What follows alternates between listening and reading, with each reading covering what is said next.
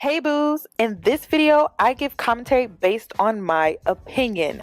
Nothing is to be taken as factual. We are just here to have conversation. We don't expose and we don't sip tea on this channel. I'm giving you real talk straight, no chaser. Let's see if you can handle it.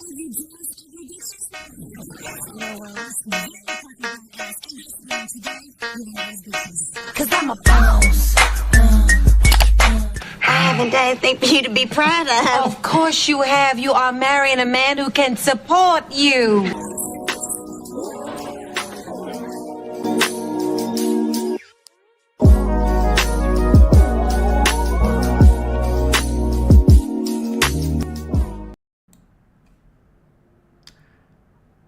Okay, can you hear me?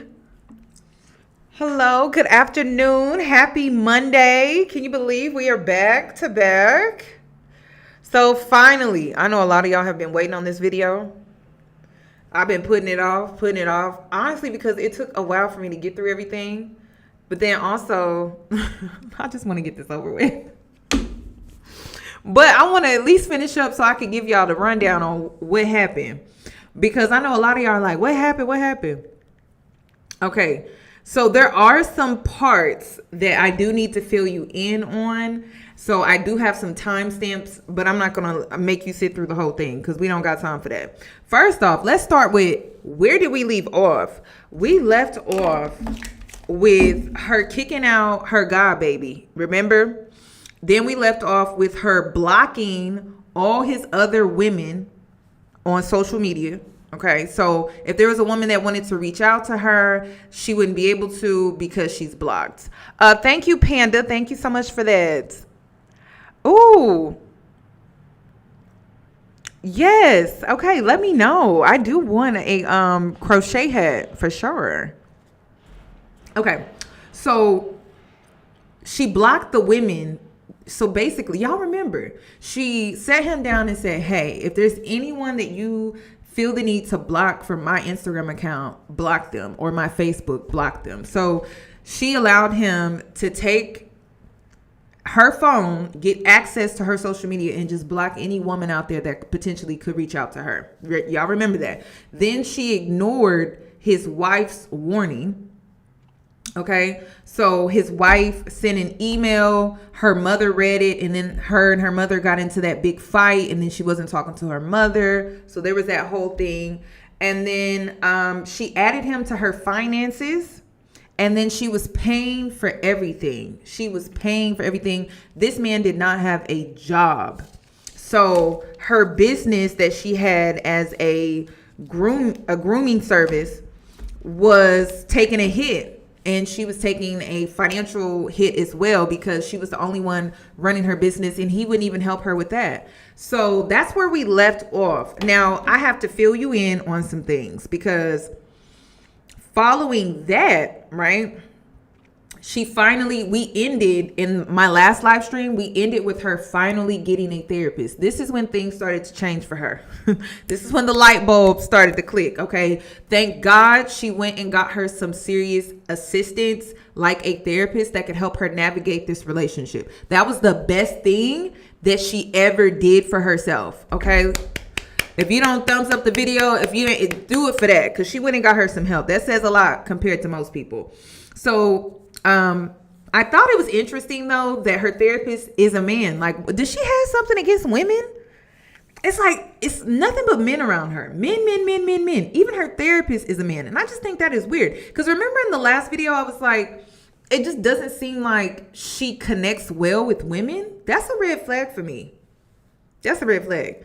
But she sought out a therapist because communication became very poor after the baby came, and she wanted to fix that in her relationship. So she wasn't seeking out a therapist for herself originally. She was seeking out a therapist for a relationship counsel type of dynamic. And it was because after the baby came, he still didn't have no job. Communication was off. And so she felt like their relationship needed some counsel. So she got counsel. Her therapist explained to her in therapy, and this is just me catching you up. Her therapist explained to her in therapy that he is emotionally unavailable, and it's called stonewalling when a narc is just emotionally unavailable, and like you try to express yourself, you try to communicate, and you get nothing from them. They're emotionless and they say nothing at all, or they give a little, if anything at all. So also, he eventually did go to therapy, and that's why she was able to get him diagnosed as a narc. He went to therapy, crazy. And that's when he was diagnosed that he was a narc. And her therapist was able to do that. But of course, she paid for therapy. So also another thing, the reason why he was going to therapy was to unlock a new character. So basically, he was just going to therapy and he was able to use whatever money that she was paying as a resource for him to create another character. And that's why, like, you see these videos of him where he's trying to come across as like some life coach or something like that.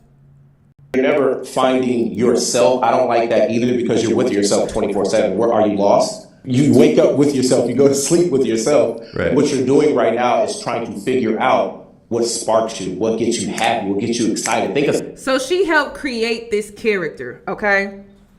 All right. She helped create that character that you see where he's like this motivational speaker, yada, yada, yada. All right. So now that we're all caught up, after therapy, she was taking care of his daughter. Remember, he has a daughter. I believe I spoke about that in part 1 and 2. And y'all, the way he treats his daughter is just so disgusting. It's so disgusting. So his daughter, she was helping take care of the daughter, and he still wouldn't get a job. So this lady is taking on his child, taking on this newborn baby, taking on therapy. Her business is taking a hit. She just had a baby. All right. And he still won't go get a job. And then the crazy thing, the reason why I'm about to share it with y'all, so I got y'all cut up, right? This is what blew me, girl. And I had to play. That's why I have the timestamp. So then you know I'm not lying, because my mouth hit the floor. I'm going to just wait. Hold on. Wait. Let me show you. Because I want y'all to see that I'm not lying to y'all, that I couldn't believe she said this. Did y'all hear what I just said? I said the man don't have no job. She just had a baby. She's taking care of his other child. Okay. For whatever reason, he just has like this. I think it's to spite his wife as to why he has full custody of his daughter. I don't really know the situation. I don't know the background story. I did not watch Samantha's side of the story, but I really think it's just out of spite, because how he treats his daughter, he treats her as if she's just a pawn, as if she's just a part of his game. And it's just really sick to me. Like, she's going to need some serious counsel when she gets older, if she's not able to get it now, because, oh my God. Okay. So let me just show y'all what I'm talking about, because my mouth hit the floor. I couldn't believe it. So I told y'all this man didn't have no job, right? I told y'all all of that. Let me see. Where's the date? Here it is. Listen to what this woman says. And you know what really made me start snapping out of like this whole dream I've been in is that was fine, like, I guess, because, you know, my son is my son, but then I started taking care of his daughter, and he still wouldn't go get a job. And I mean, yes, you know, I'm gonna take care of her on my own, but again, she's still not my responsibility, though. She's your responsibility. My son is my responsibility. But, you know, she was his responsibility, so therefore you should help. Like, why am I doing everything? So my family is kind of dropping little hints to me, too. Like, one of my family members said, if you have another kid, who's gonna watch it? And I sat there and I thought about it, because I wanted to have 2 kids, and I was gonna have to have them at least a year apart. And then I really thought about it, and I was like, oh, who is gonna watch the other kid? Because I have to work. Like, I can't, right? Like, I'm processing. And then he had mentioned, girl, yo, my mouth hit the floor. She was planning on having another kid with this man. And her family is trying to like talk her out of it. And I'm like, girl, are you serious? That's what I could not make it up. That's why I was like, I had to share that one with y'all. He's like, you know, I think 3 kids would be too much.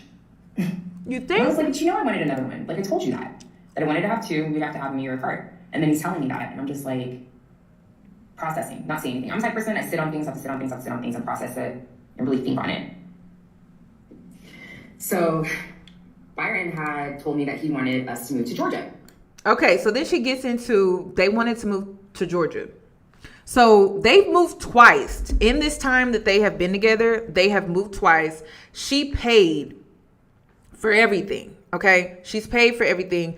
And he wanted them to move to Georgia and was considering moving after the fact, knowing he had no money and couldn't save money at all. So let me show y'all this. That's why I was like, girl, what? It's really crazy, y'all. So basically, they moved twice. He didn't help her with that. Now he has this bright idea to move to Georgia.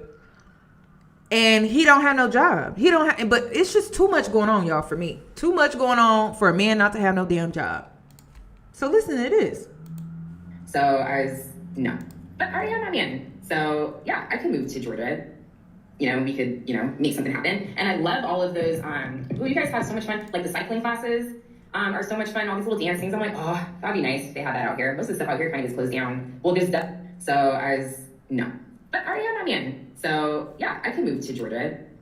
You know, we could, you know, make something happen. And I love all of those, you guys have so much fun. Like the cycling classes are so much fun. All these little dance things. I'm like, oh, that'd be nice if they had that out here. Most of the stuff out here kind of gets closed down. Well, there's definitely not here in Orange County, but at least in LA would be cool. But anywho, yeah, he wants to move. And I'm just like, okay, we'll save the money. And then we'll talk about it. So my family actually, I found out after the fact that if we had moved to Georgia, that my parents probably would have like retired and moved with us, because they weren't about to let me go out there with him by myself and be stuck. Oh my God, that's horrible. That's horrible. That's horrible. Like to be completely relocated to a whole other state for someone, and then they like leave you or up and like move somewhere else. Because that happened to Samantha. Like that would be bad. You know, to give up your entire life that you built, business, everything. Like. So I was skeptical about that, so I gave him a goal that I knew that he wouldn't be able to reach. So my family is kind of dropping little hints to me, too. Like, one of my family members said, if you have another kid, who's going to watch it? And I sat there and I thought about it because I wanted to have 2 kids, and I was going to have them at least a year apart. And then I really thought about it, and I was like, oh, who is going to watch the other kid? Because I have to work. Like, I can't. Right? Like, I'm processing. And then he had mentioned, he's like, you know, I think 3 kids would be too much. And I was like, but you know, I wanted another one. Like I told you that I wanted to have 2. We'd have to have them a year apart. And then he's telling me that, and I'm just like processing, not saying anything. I'm the type of person I sit on things, and process it and really think on it. So yeah. Girl, y'all, that ain't it. Now let's move on to my next timestamp, because girl, some of the stuff was just so unbelievable. I just gotta show you. So we just keep skipping. I'm highlighting all the important details, so I'm not leaving anything out that's just not important, okay? Or that is important. She grew up sheltered in a Christian household. And I wanted to talk about this because, y'all, this is a consistent pattern. Y'all know how I am about patterns. So she grew up Christian and she ended up with a narc. And there is a sheltered Christian girl to a narcissist pipeline. And I'm going to keep calling it out every single time I see it. Okay? Every single time I see it.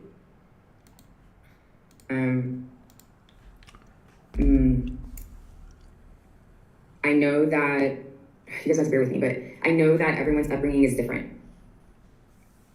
So like for me, I don't cuss at my kids. I was never cussed as a child.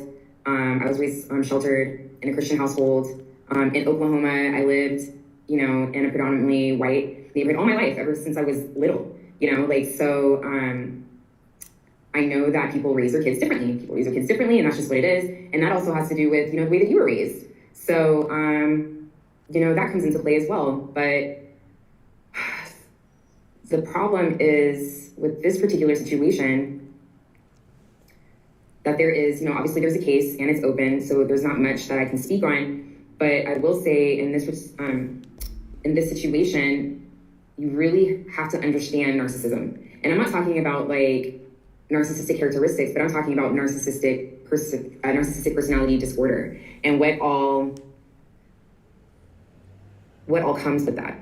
And there's a lot of manipulation, right? Like a lot.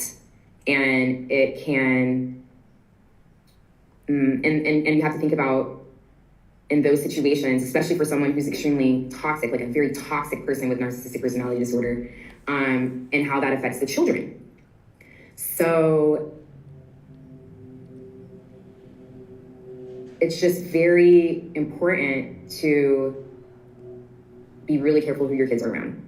I will say that, because it can change them at such an early age. Some kids turn out fine, some don't. Like, it can really, it really changes the trajectory of their life. It really does. And I'm going to tag lightly hammock on this, but you really have to understand the depths of narcissism and what, just what comes with that, especially when it comes to kids.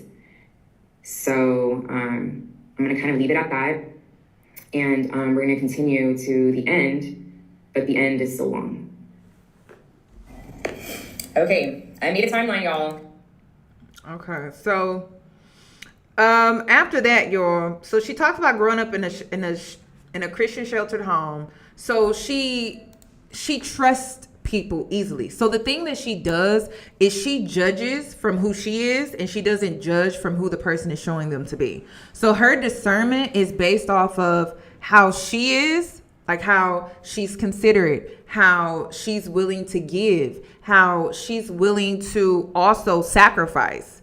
And so she expects and she assumes outside of herself automatically that people are going to be the same way in return. So she got by a narcissist. And unfortunately, y'all, you're going to learn very shortly that this is not her first time being conned. This is her fourth time being conned. Okay. And she talks a little bit more about that, but not for a little bit longer. You'll see. Okay, so she started to wake up when she had to start questioning his whereabouts. So he would do these disappearing acts randomly, and she started to become suspicious. So let's get into that. 31, let's see. His whereabouts. Okay, so... Yeah, 4. One day, I don't know where I was. I think I was in Florida with my sister or something. And when I came home, he said that, like just random conversation. He goes, "Oh, I had to put gas in my cousin's car." I said, "What do you mean?" He said, "Oh, I had to go to Riverside County and help my cousin because his car broke down. He ran out of gas." And I'm like, "What?" And he said, "Yeah, he went to Riverside like to meet up with some girl, and he ran out of gas. So I had to go out there and help him out and put gas in his car, but I just put like $20. And mind you, he's driving the Mercedes SUV. The car note is $1,200 a month that he's not helping me pay. He's using my company gas card to put gas in the car, right? Free gas, free ride. And the thing is, a gas guzzler, it was like a GLE 350. Thing guzzles up gas like crazy. So I said, well, that doesn't make sense. Why would your cousin drive out to Riverside to get some punani and he knows that he does not have enough gas to get home? And he's like, I don't know. Suspect. Then one time, this was in this... Girl, he been suspect this whole time. We trying to figure out when you was going to figure that out. Hell, your whole family knew. Your friends knew. Everybody knew but you. It's crazy. People tried to tell her too. Summer. And then we're going to jump into 2023. This was in the summer. His daughter was visiting us. And he left me home, with the kids. And he said that he was going to be right back. Yeah. And when I looked at him, I said, oh, okay. He's like, yeah, I'm just going to, I'll be right back. So I figured he was just going up the street to 7-Eleven to get, his coffee that he likes to get. But he had easy access clothesline, meaning wife beater, basketball shorts. No, it wasn't basketball shorts, but they were just shorts, but they were, at his knee. And he's 6'5". And he didn't have any drawers on. Him and I agreed that I wouldn't walk out of the house without a bra, and you know my Rihanna be all natural, no bra phase, okay? And he would never walk into the house without any drawers on, because I mean, ladies, we be looking, right? We be looking. So, yeah. So I was just like, okay, babe, right? So like an hour goes by, and then I'm like, God, what time is it? Ain't no way, y'all. Ain't no way. And I looked at his location. Mind you, he would all of a sudden his location would turn off. And I would tell him, like, why did your location turn off? Like, I don't see you on here. And he was like, oh, when my phone updates, it must be like turning it off. And I'm like, no, because we have the iPhone. I'm like, no, my phone updates all the time and it never like turns the location off or find my friends. And so he was like, well, did you receive a message that the location turned off? Listen, y'all, the reason why y'all need the details to this is because this is when she started to wake up. This is when this started. All right. So hear me when I say she started to wake up. Started. So we got some time to go. That's why the escape video is so damn long, but we're going to skip through it. I'm just highlighting the important parts. You needed to know when she started to wake up. Okay. This is just the beginning, honey. We got a long way to go to get to that escape. And I was like, no. And he said, oh, okay. So I looked at his location and it said that he was coming from, I don't know, how far away would that have been? Maybe like 20 minutes away. And I was like, that's weird, but it showed that he was like, right, the dot's moving, like he's on his way home. So he gets home and I said, where were you? Because now he's been gone for like 2 hours. And he goes, don't worry about it, homie. But he had the biggest grin on his face. He was cheesing, like really happy. I mean, he's always like a happy person, jokey and all that stuff, but he was like happy. And I said, no, where were you? Again, he has easy access clothes on. Where were you? He never walks out of the house like that. If he's gonna run like an errand or girl, that's what I said. He wears, you know, jeans or pants. He doesn't have his easy access lounge around the house clothes on. And so then he's thinking, he pauses and he thinks and he goes, oh, well, it's a surprise. Because he loves to surprise me all the time. I'm not a big surprise person. I do enjoy it though, because people don't, you know, I've never really been surprised like that. So he goes, it was a surprise. And I was like, do you know what I was really thinking? I mean, it definitely crossed my mind. The first thing that came to mind was, he just cheated on me. And then, I don't know if it's in the movie Baby Boy, where she tells him to drop his pants and sniff his stuff. That's exactly what I wanted to do. But his daughter was in the house. If it was just a baby, I think I would have pushed that further. But his daughter is sitting there staring, you know, looking at us as I'm like having this conversation with him. So I couldn't.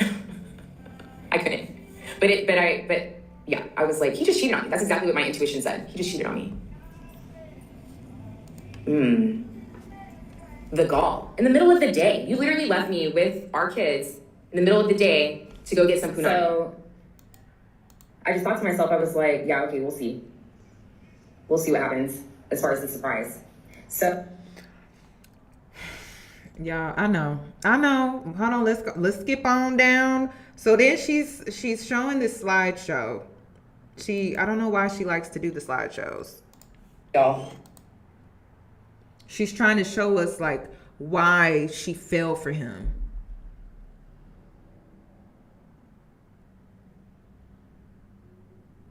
Oh, We're in the snow. that outfit is Can't even see terrible. it. Can't even see her. Look at that. We're in the snow. It's beautiful down here, though. We in the snow. Wow. Got the Mandalorian in there. Woo, it's cold.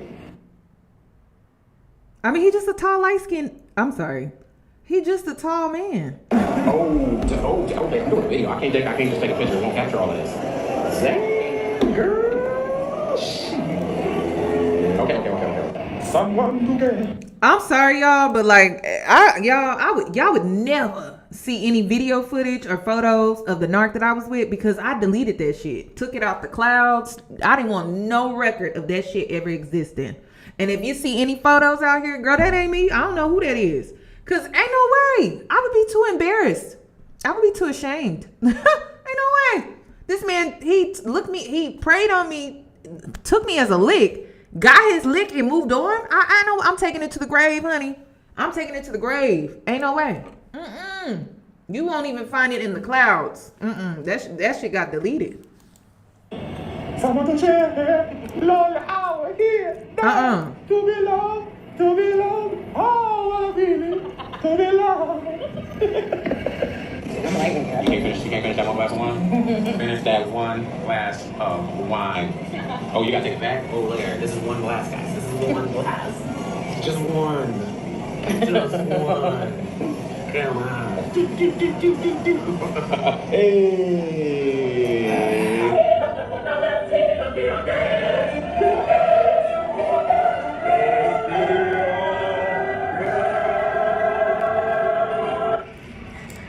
So, I was surprising my baby just because. Y'all would throw up. We're in West Hollywood. Yeah. Y'all, they gonna have to lock me up, y'all.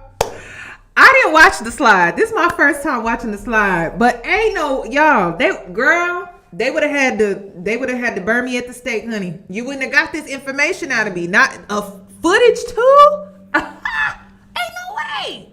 I would deny this. Like I would deny it so bad. Oh my gosh. They would have to burn me at the stake. And then I can't even like look how attractive he is or anything because I'm like, he ain't got no job. He didn't have no job the whole time he was with you. What's attractive about a man that ain't got no damn job? It's crazy. So, I was surprising my baby just because. We're in West Hollywood. Yeah. Y'all heard no job. So that's where we're going to Contagious, and what is playing? Oh, Yes. oh, it's gonna be great. He knows all the songs. He plays the soundtracks in the car. I have to listen to it. He knows every song, every word. Loves Hamilton. So I managed to snag some tickets because it's going to be done touring within a couple of days. Oh, look at this! Look at that! Oh, me? Yes. I'm the best thing. So loud. So loud. This is crazy. Love you. Love you. Never knew how much I love you. Never knew how much I care. When you put your arms around me, I get a fever that's so hard to bear. You get my fever. With your kisses, fever when you hold me tight. Fever in the morning, fever all through the night. That's how we felt about our Prince Charming. Girl, that's how you feel. That's crazy. That's crazy. That man broke. He ain't got no money. That's crazy. He ain't got no job. And where is your father? Where are the men in your life? They allowed that to go on and didn't do nothing, didn't say nothing. That's crazy. Okay, so she talks about the female best friend. Okay. The female best friend, you saw her in part 1. She was the girl that was warning women and she had the do-rag on her head and she was just warning y'all. That I think her name is Mackie. I think she talks about the female best friend and when they had their falling out and everything like that. So let me go ahead and play that real quick because that's important too. And well, PK Mackie, I met PK. She's a comedian, and Byron had told me that he didn't have any female friends. And so I was like, okay, but you have PK. And he was like, yeah, but she's basically like the homie, right? I'm like, okay, but I can't have male friends. I can't have my male friends, but you can have your one female friend. Okay. So they talk on the phone all the time. When I'd be out of town, I would look at the Virgo camera just to check and see what he's doing. And sometimes she would come over because she was, well, he didn't really like to be by himself. That's the one thing I noticed about him. He does not like to be by himself at all. I can only imagine what kind of demons he has to deal with on a daily basis. So she would come over to keep him company or whatnot. And so, yeah, they talked all the time. And then just one day he said, what did he say? I don't remember what he said, actually. She's not going to know this part, but he basically told me that they weren't talking anymore. So I was just like, what happened? Like, what is it? And he was like, he goes, I gave her some advice and she had an attitude and didn't like it. Okay, I mean, but why? Okay, so let me fill in what actually happened, okay? Because at the time that she told this part of the story, she didn't know what really happened. So, no, they didn't sleep together, okay? She is playing for the other team. She's hardcore the other team. This is not a Bri situation from Love is Blind. This is not giving that at all. The reason why they stopped being friends was because he wasn't quote unquote giving her advice. He was more of a negative energy source in her life. Like every time she would talk to this man, she would feel drained. Every time he would speak on her life, his shit was not together, and she just got tired of that. Like, how can you come to me as a friend and talk about what I'm doing and you ain't doing shit with your life? How? Like, how can you come and speak on me and my situation and what I got going on and really just shit on what I got going on? Because she had a lot of positive things going on in her life.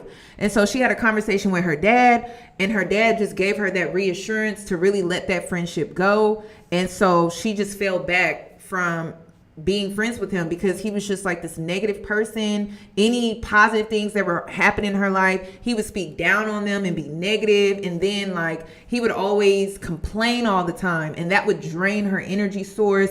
And it just became harder for her to be happy when positive things were happening in her life. So they just stopped being friends, actually. So it wasn't as bad as I thought it was, because y'all, I was like, did he like sleep with her? Like, what was tea? She is saying that they never had any relations like that. Just a friendship ending.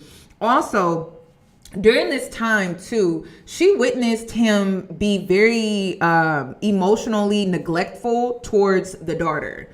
The way he treats his daughter is how he treats his women. And that's what's so disgusting about this entire story. So he treats her emotionally the same way that he treats the women that he prances around and gets into a relationship with. He loves bombs them, similar to how he treats his daughter. And then anytime he's trying to manipulate, or anytime he wants his daughter to lie for him or something like that, he snatches his love away, and then he pulls his love away from her, neglects her emotionally, makes her feel cold, like that Stonewall effect that he likes to do, where he's just emotionally unavailable and detached. He does that to his daughter as well.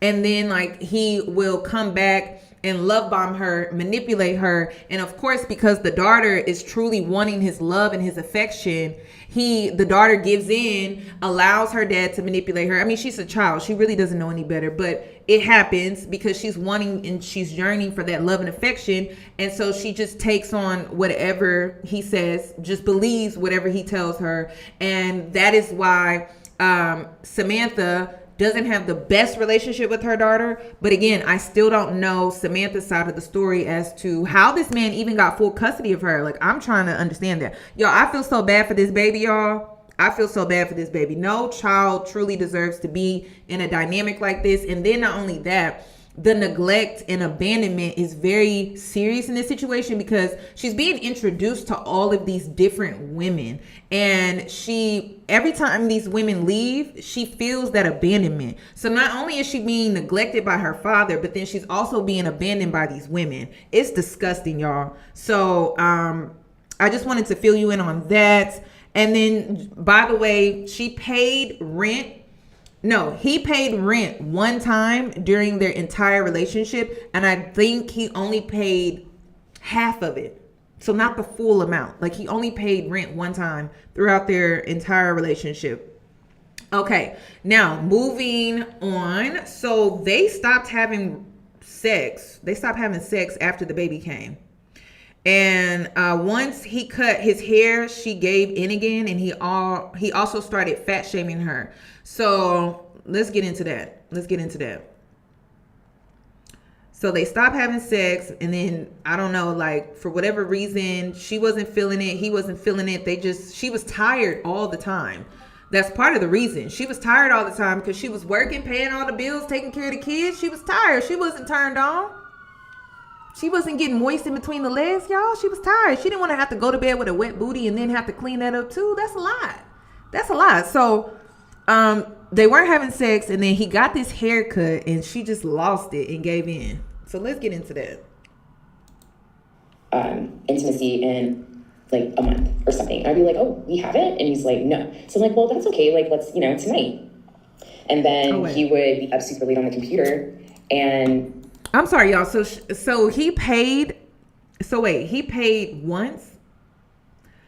So maybe I got that confused, because I think she said that he had paid a portion or something like that, and he didn't give her the full amount, or maybe it was he paid her later or paid her back. I don't know, but in the other parts, which I don't know what part it was, but she made it seem like he only paid like a portion. So maybe he paid her back. I'm not sure. by the time he would come to bed, it was like midnight. Like, I'm asleep, snoring. Oh my God. When you've had a baby, I mean, I was sounding like a bear. He actually recorded me, and I was like, "You not sound like a bear." He's like, "No, you do." And he recorded me. I said, "Oh my God, that's me." And it didn't get better when after I had the baby either. Y'all, this is a sign that a man is draining the hell out of you. if you are snoring loud like that, you are exhausted. You are exhausted. Your body is really truly trying to show you signs that the person that you may be laying next to is just taking all of your energy source. If you're snoring like a bear like that, girl, be careful, because your body will definitely show you signs. And snoring like a bear like that, and you normally don't snore at all, yeah, it's signs that you're very exhausted. Probably because of the weight. I've lost. During this time, I feel like I've lost 10 pounds. You guys notice that my face, like, all of a sudden is like shrinking? I have not been eating. I've had so much anxiety, I barely have an appetite. So Paige checks up on me. She's like, "Girl, you need to eat. You need to take care of yourself." I'm like, "I know. We don't need anything happening internally, right?" So yes, I'm doing better. But so he shaved off his hair. Oh yeah, so he would be like, "Yeah, let's have it, tonight." And then he would wait until I was asleep, and then we would never do it. And that happened many times. Many times it did.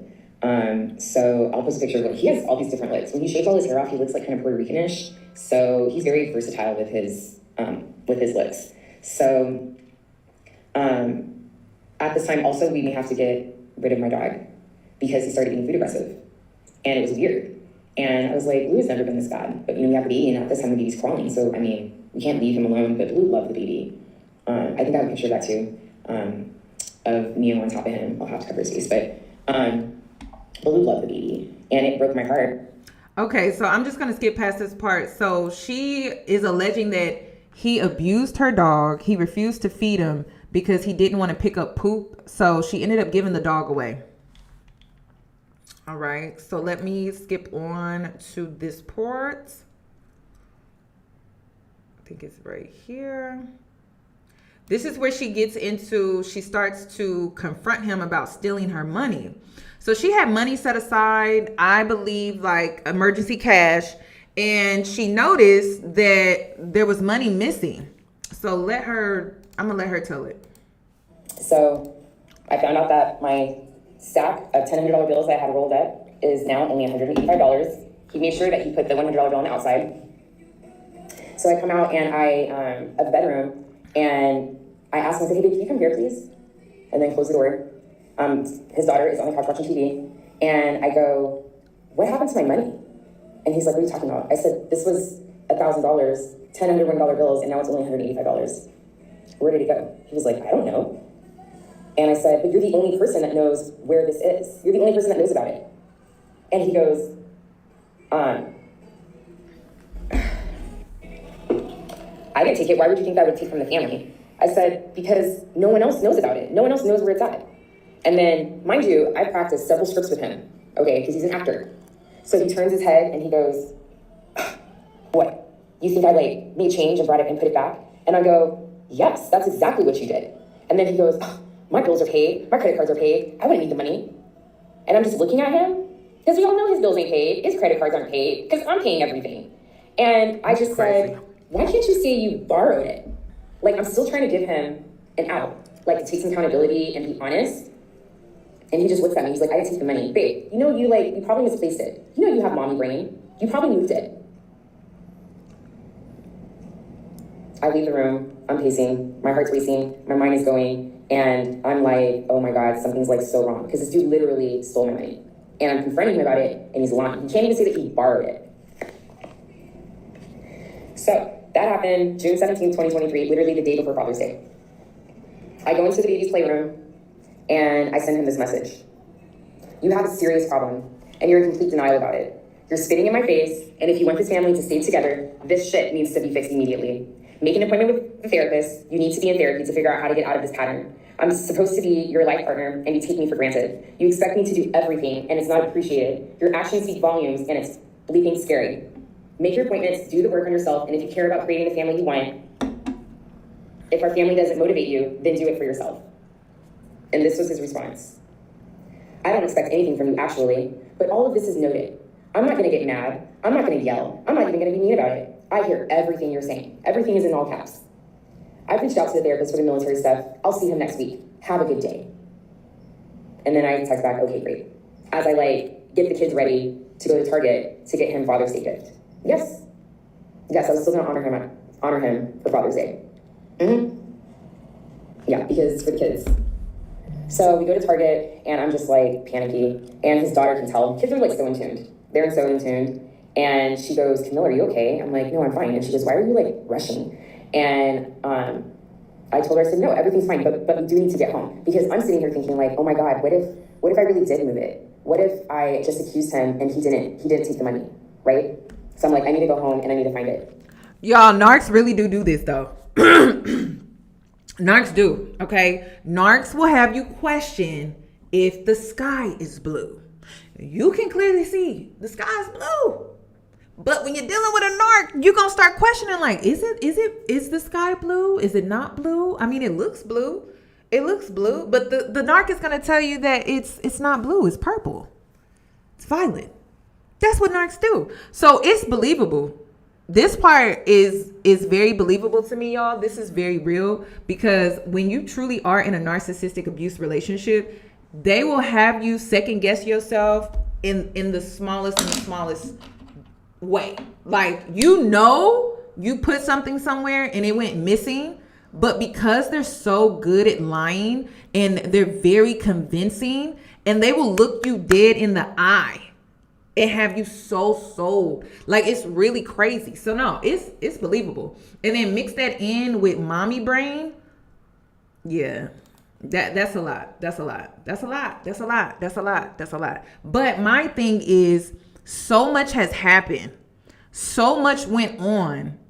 Why would you give the benefit of the doubt when it comes to something like this? That's the only thing. It's he's been able to do this, do this, do this. The women, the wife, the email, all of these things are happening. I just, it's hard to believe. Why not question if he's lying to me?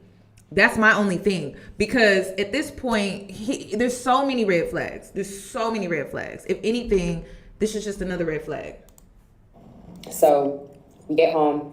Before I had to pick out her own card for him that she wanted, and then we picked out a card for Nia. So we get home, and I'm tearing up the room. I took out all of my clothes out of the drawer, and I'm folding them back up. And as I'm folding my clothes back up, Byron comes, he steps over me, goes to the bed on his side, grabs something, steps back over me, and leaves and goes out the door. Now, once he asked me if I found the money or if I need help finding it, and I'm just upset. I'm in my closet, taking out all of my shoes out of my the shoe containers. And I'm looking in the soles and dumping it. And I'm because I'm thinking maybe I did move it. I do maybe remember thinking that I should move it. Maybe I put it in one of my shoes. Of course I didn't find it. And that's the moment where I was oh my God, Samantha was right about everything. So I contact the therapist and I text him and I'm I need an emergency session. I need an emergency session, even if it's over the phone. And then I told him what happened. That he stole my money and he lied to my face about it. And then I go, I think he's a narcissist. And that's the moment where I remembered everything that Samantha had said.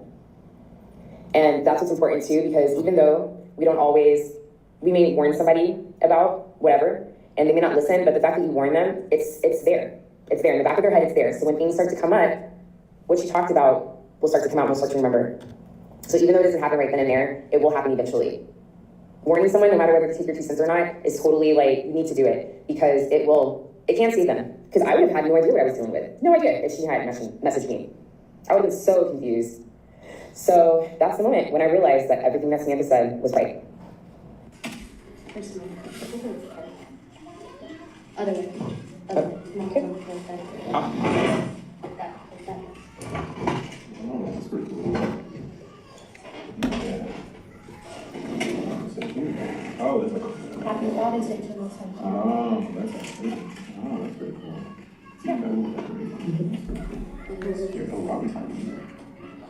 Yeah, do you like my card choice? That's pretty cool, man. Which Batman is it? That's the real question. I don't watch that. That's you. Cause you're not cool. Is this card from Neo? Thanks, Neo, for my Batman card. Lame. I like it. This is really creative. I like it. What'd you make me? You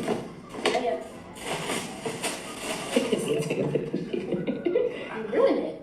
You ruined it. You're supposed to say, Ruin my hard work all the time. Look at this paper. It's so beautifully placed. Open your It's so gift. beautifully placed. Oh my gosh. It is. What'd you get me?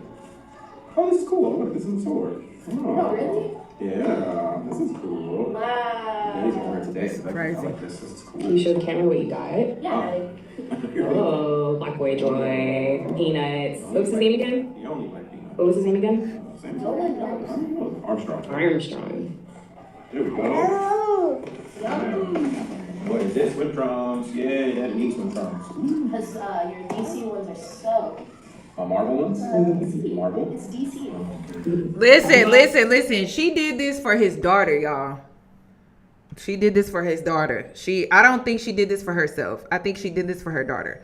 And the reason is because she did state that she had already made a promise to his daughter that they were going to do something for Father's Day.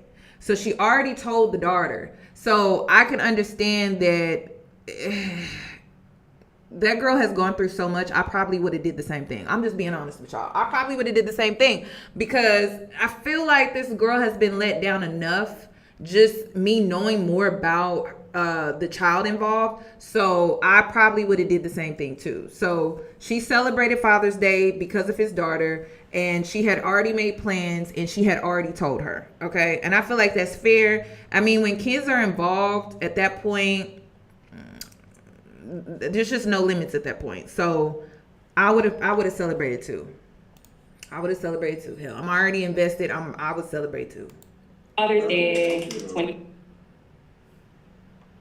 Not the spawn of Satan.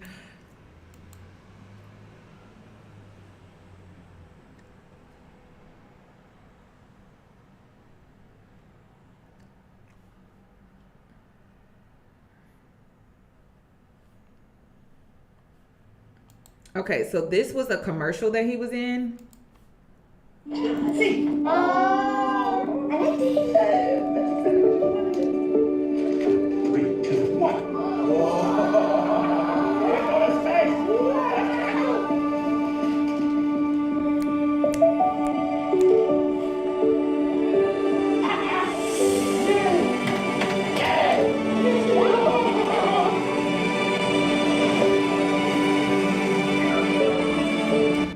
And I meant to, y'all, normally when narcs start, I'm just being honest, when narcs start looking like a caveman like that,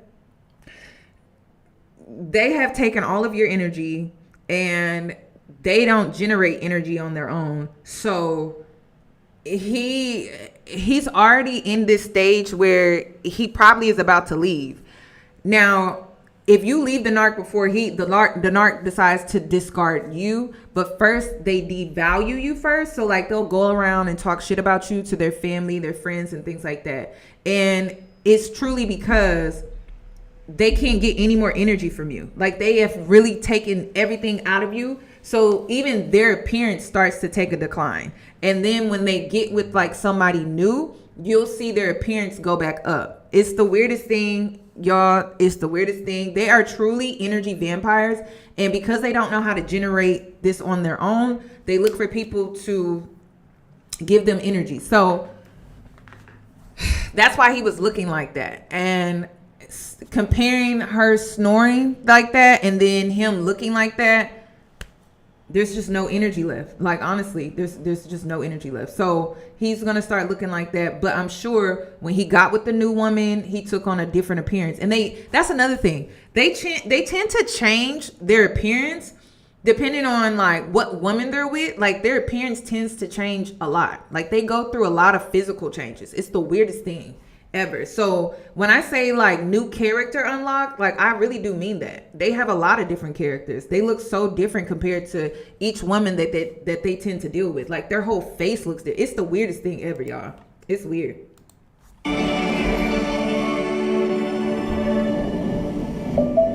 Okay, let me see.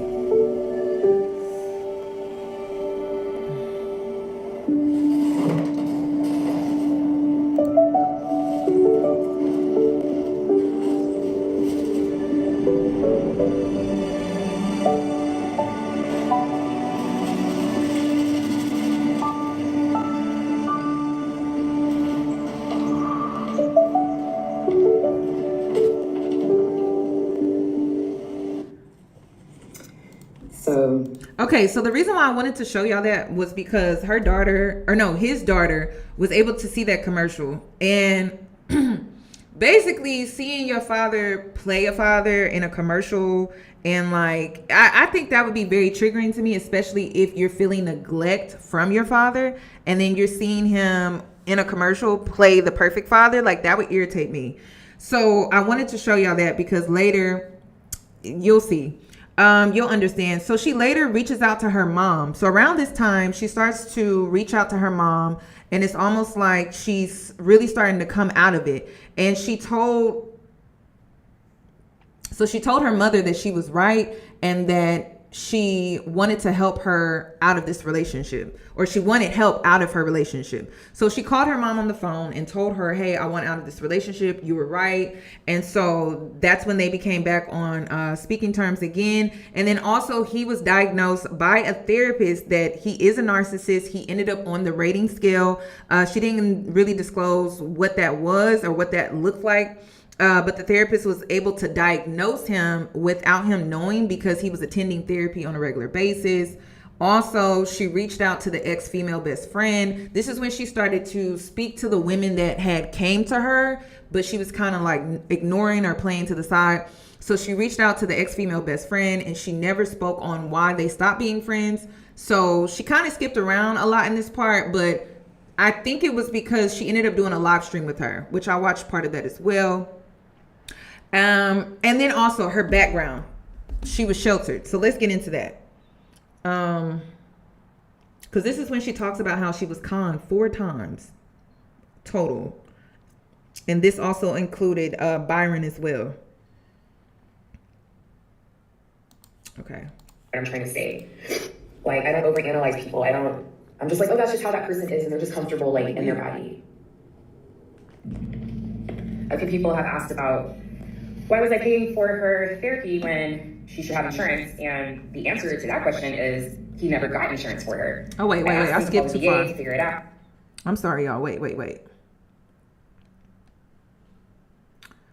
I skipped too far. Okay, 209:52.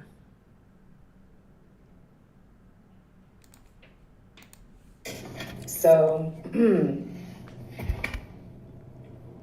little bit about my background. I was raised very sheltered, and my reality was very naive.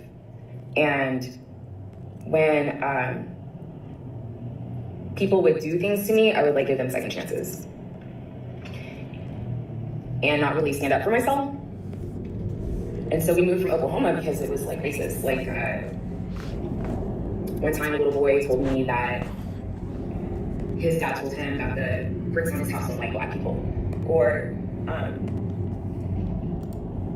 I used to be called Spider Girl because my mom put my hair in all these different braids with the breath on it. Or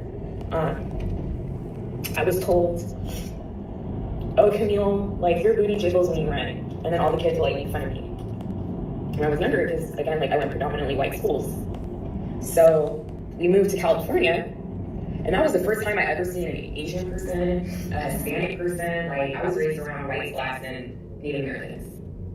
I'm like, God, like what are they? You know? And I used to be super outgoing and, you know, just talk to anybody. Very like confident. But they say that one of the most traumatic experiences for a child is moving.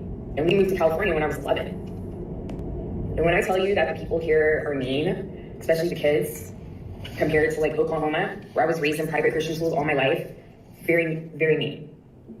Worse than what I was dealing with. And I became a hermit crab for like 7 years.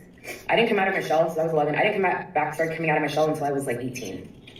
17, 18, I lost weight. I would get little compliments from guys, you know, about how I look good, and it kind of boosted, you know, my confidence. But if I was raised like in New York or something, like I know there's no way that any of this would happen to me. I've been conned 3 times. The 4th was Byron. I've been conned so bad that the vice president of the branch that I banked at told me, you're an easy target.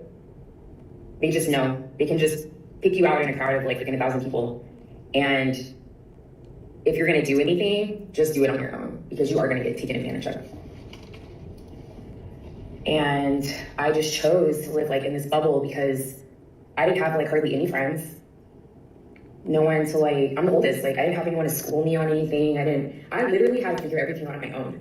So I don't ever want like my son to be like me, where I was easily manipulated. I like didn't know how to set boundaries. I'm learning how to set boundaries. We're working on it with my therapist, but I just like, and I wanted like for people to care for me and love me. And I had to figure all that out. Like, even my friendships with females, it's been a journey. And I appreciate them because one of them was really mean too. When I was with Byron, he would, again, the triangulation, and she still loved me through that. And I appreciate you. I'm not gonna say your name, but I know that when I met Byron, he was like, oh, she's stupid. I got her. Oh, she's so easy. She makes everything so easy. I barely have to do anything. She's like giving me the so many passes. Because I just couldn't wrap my head around someone being so evil. Like being such a liar. I've never been around people like that. Again, I know if I was raised like more like East Coast New York, like I feel like when you're born there, you're born with a backbone, with an armor, you know, because you have to, or you're gonna get like ran over. The reason why I'm sharing this with y'all is because a lot of women think they're doing themselves a favor by sheltering themselves more. And that's actually the worst thing that you can do for yourself. You have to come out of your shell and socialize so that you can gain experience and so that you can learn not to easily trust people. Because a lot of times we think discernment is judging a person based off of how we are. How we are is not how other people are in the world. So a lot of women, I mentor a lot of women who shelter themselves or grew up sheltered, and they think that, oh, I'm protecting myself from this experience or that experience. But really, you are actually making yourself more naive. You're not really giving yourself any real experiences. And when you shelter yourself and then you do it for an extended period of time, the world is changing around you. There are tricksters, there are con artists, they're always upgrading their ways, their deceit, their evilness. And so you really do have to step outside of your comfort zone. And it's even something I've had to do. So socializing is something that you have to get used to. Like, it's not something that you can just go out and think that you're just going to socialize and then people are just going to be open to you. It's something that you have to practice. So it will require you to step outside of your comfort zone more, not hermit yourself in your home and then never leave or only leave to do certain things and things like that. So, I mean, it's understandable because she went back to what her childhood was when it was safe, and that was when she was like 11 or younger. So that's what she's comfortable with. That's when she felt the most safe, was when she was sheltered. And a lot of sheltered girls that grew up sheltered, that is typically what they do. If they have any negative experience in the world, if they have a horrible interaction with somebody, the first thing they want to do is go back to what was safe, which was when they were sheltered. But again, that's not helping you grow in life. So you have to come out of that. And yeah, it's gonna be like pulling teeth with yourself to get out of that space, but you have to come out of that because it's just not helpful at all, y'all. It actually does you in better than it actually like protects you. So it's unfortunate, but this happens a lot, y'all. This happens a lot, more than you think. But where I was raised, everyone's kind and friendly, and we had our friends that were Christian, and part of the church, and that's what I was raised with, people thinking that everybody was like that. Yeah. So I had like a harsh reality check when we moved to California, but I didn't have anybody to help me navigate through that. So now I'm almost 40, and I really had to ask myself, how did this happen to me? Like, I thought I worked on myself from when I got manipulated the last time. Like, how did this happen to me? And the fact that I literally kept wanting to give him the benefit of the doubt because he just felt so familiar to me. And I was like, there's no way he's trying to hurt me or harm me. Like, and he told me he loves me every day.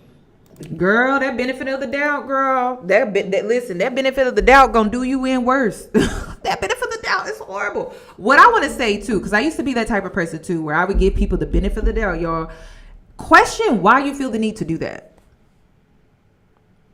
Because I feel like a good person, someone that is truly morally, right, good, they have integrity, they would never put you in a position where you would have to give them the benefit of the doubt. Why do you have to give them the benefit of the doubt? Why are they putting you in a position to where that would even be required of you? You should truly know their intentions, right? Because they want the best for you. They have no hidden motives, nothing. But if you have to give them the benefit of the doubt to make sense of what they did, how they're treating you, etc., you should be questioning why that is.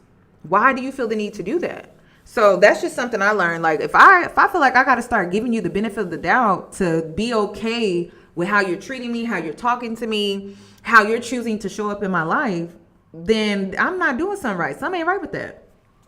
So keep that in mind. That benefit of the doubt, ooh. Get off the phone. I love you. It was weird. Never had anybody say I love you that much. Always said I love you. 10 times a day. To get in my head. I love you, I love you, I love you, I love you. I've been conned one time by someone similar, and I don't know why it clicked. He also gave me a fake name. The exact same situation. And it still didn't click to me. I still was like, that's well, crazy. I'm sure he's just trying to protect himself. Like, always trying to see the good in people.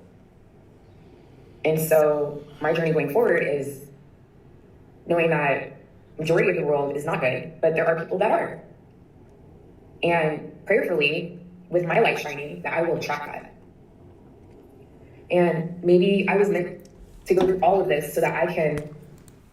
And listen, ladies, if you got a light about yourself, you attract everything. Everything's attracted to the light. Put light out in the middle of darkness. There will be all type of bugs that's going to come to that light. Nasty bugs too. So you got to understand that when you have a light, everything's attracted to the light. So you got to protect yourself. You got to protect yourself. And you got to pray for discernment, because everything is attracted to the light. Literally everything. Good, bad, indifferent. People with good intentions, people with bad intentions. And it is. People wear masks. People pretend like they're for you. They be all up in your face smiling and kikiing and cracking jokes. And they even pretend like they're supportive of what you're doing and who you are. And it's just all smoke and mirrors. So pray for discernment, because that's the only way you're going to be able to maneuver out here in these streets. Because I'm telling you, people put on a good act, y'all. They really do. People do. And I be telling y'all all the time, some of these men could really win an Oscar. Like, some of them can really win an Oscar. Seriously. Some of them can really win an Oscar. So everything's attracted to the light. So you're going to have to pray for discernment. I truly believe there's something bigger that's supposed to come out of this. Whether it's me helping other women, or I don't know what's supposed to happen, but I know for sure that he's not going to do to anybody else. And I know I can't stop him. I know it'll be that one person that he'll still find. But I could at least save somebody from it. So there's so many things that I am working on personally. And I also want to say too that on average, a person has 3 faces. On average, a person has 3 faces. The first face they have is the face that they carry with their family. The second face that they carry is with their friends. And the third face that they wear is when they're alone and by themselves.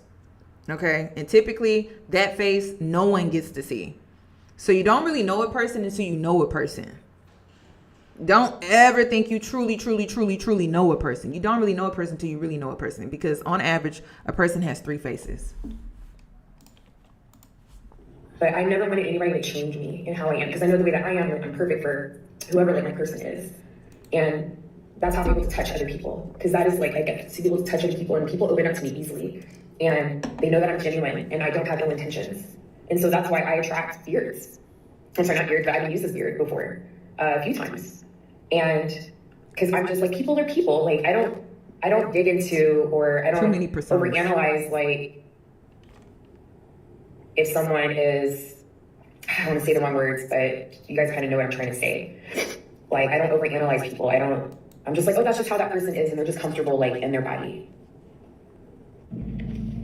Okay. I feel like it's all about how you analyze. Like, discernment is for your protection. It's not to truly judge a person from like a surface level place. It's truly to see, is this person who they say they are? And you should be observing and analyzing that person, because people can come into your life and destroy it and turn it upside down, inside out, and then leave you with nothing. So no, you should be analyzing. Like, I think people are too lenient when it comes to allowing just people into their lives. People can come into your life and literally destroy it. So you should be analyzing, you should be observing, you should be seeing if who they say they are who they really are, because most times people are not who they say they are. So you gotta double check. Okay. Also, she started putting her purse next to her bed at night, which is important as well, because this took a turn in the relationship. It showed him that she sees him, basically. I mean, when she started putting her purse by her bed at night, it was clear that she knew that she could not trust him. Okay. Also, I thought this was crazy. She took her car back. So he was driving this new car that she had, and still after the fact. And I thought that was even crazy. This is when she found out she had a dent in her car. So he had been driving her car. She took the car back, and when she took the car back, that's when she realized it had a dent. Let me see if I can find that one.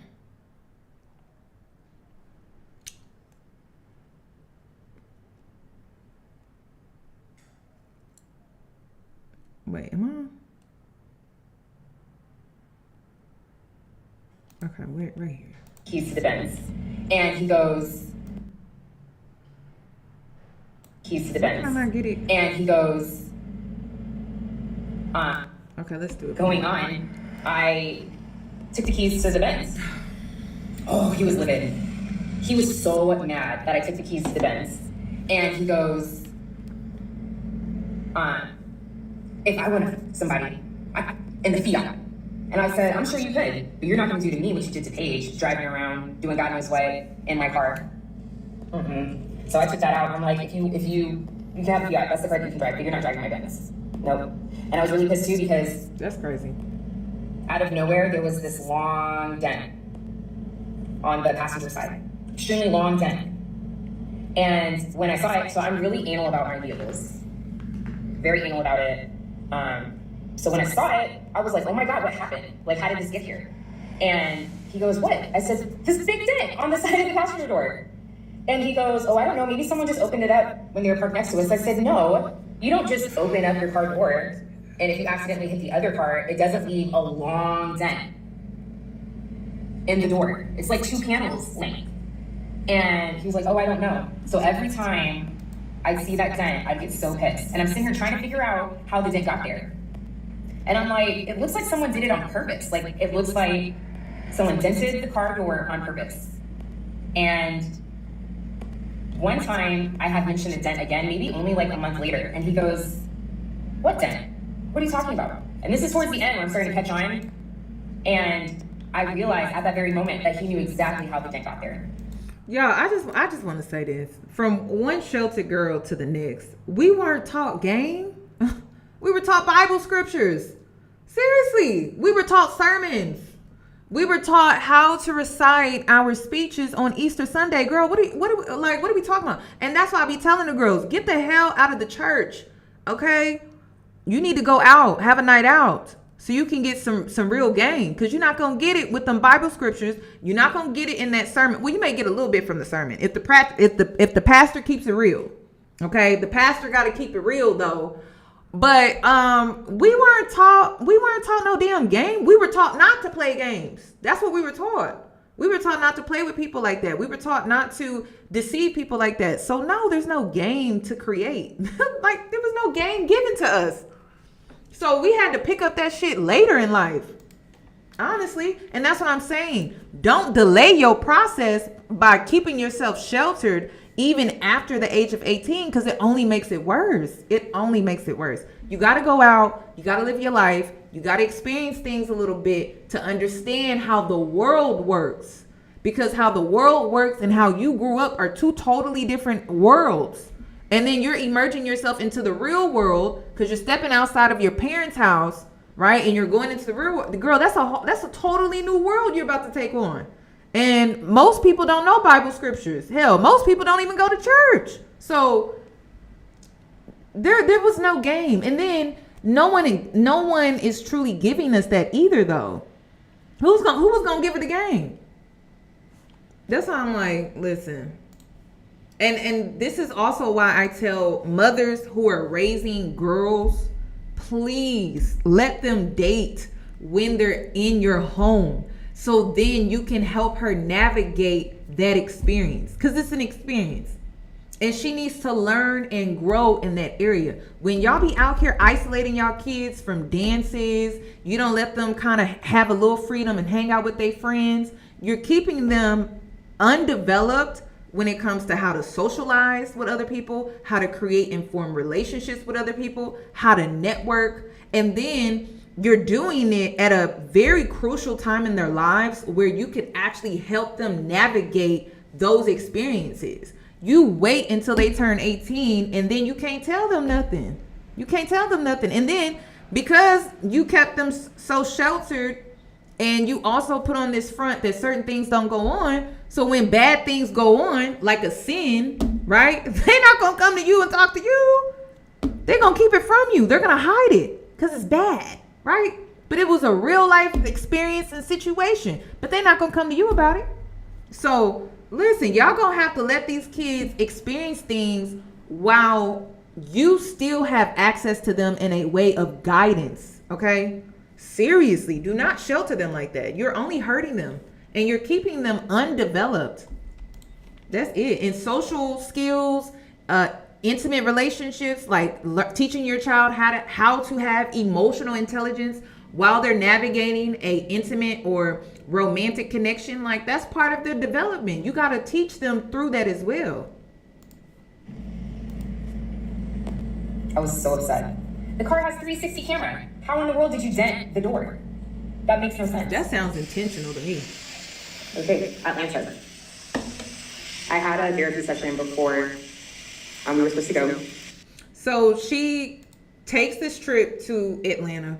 It was just a trip, y'all. They were not moving. It was just a trip. She gave him the choice that if he were to save enough money, that they would actually make the move. But she literally told him that because she knew he wasn't going to have the money. So he dropped that. I didn't really hear them talk anymore about moving there, but they did go for a trip. So some other things, like some notes that I took. He refused to feed his own kids. So she would have to get off work, feed the kids, and they were all vegan because he was vegan. So she was using Tabitha Brown's recipe book to kind of help her make vegan meals for him and the kids. Y'all, and I did a juice cleanse for 45 days.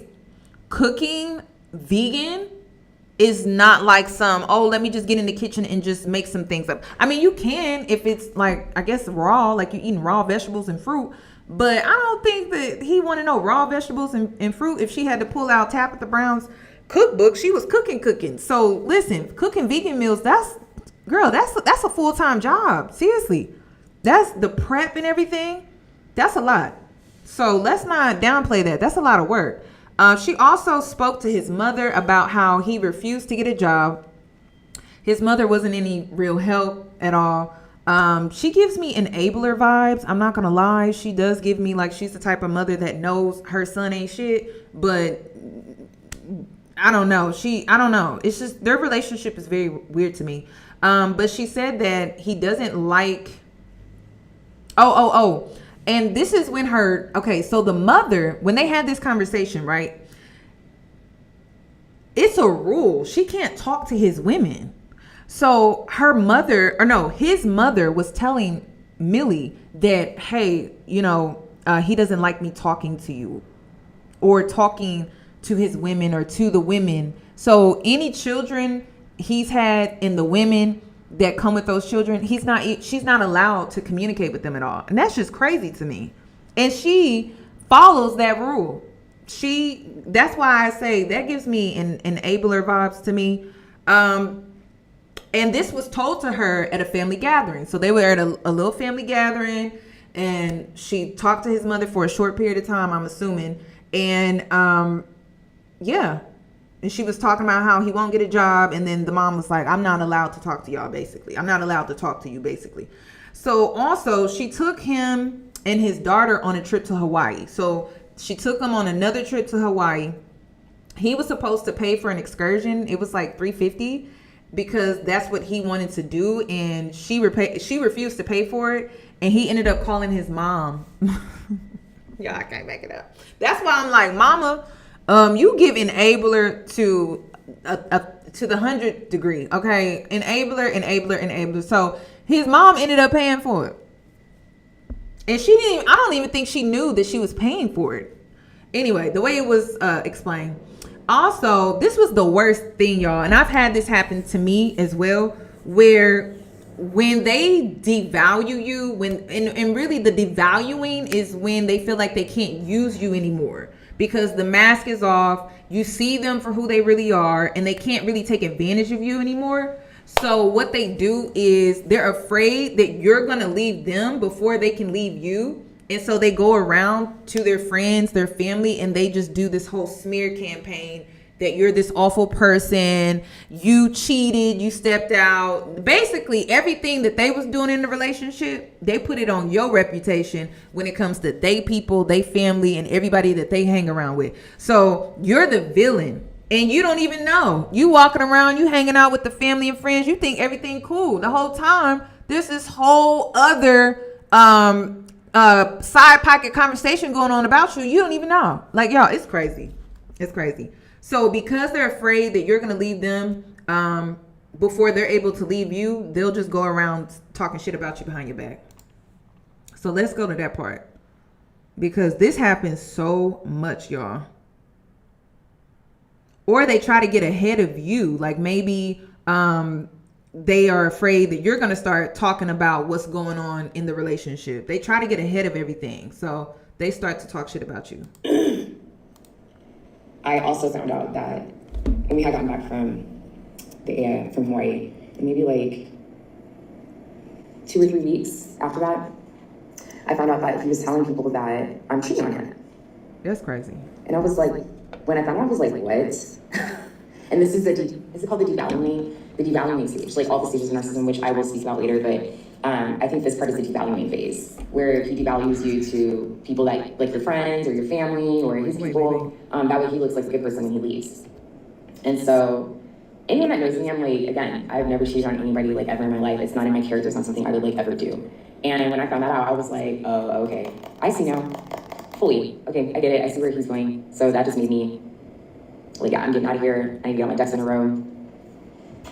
And yeah, I'm like, nobody would believe that. Anybody that knows me, they're not gonna believe that at all. And I mean, and come on. At the time, I'm not saying that, I wasn't beautiful in my like super plus size, period, but I still had all that baby weight, that I had gained, and I'm stressed out of my mind, and no way I'm able to, lose any weight. So,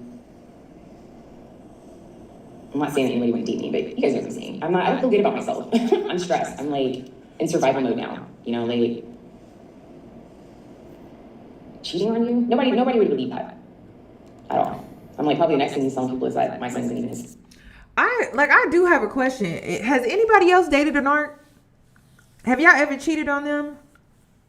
You really don't have the self-esteem. Like, honestly, you don't have the self-esteem to step out on them because they done did a number on your self-esteem. You don't even feel like that girl no more. It's crazy. It's crazy. It's crazy. I would like to know if there is a woman that's ever cheated on a narc, because they weigh down on your self-esteem so much. You don't have the confidence.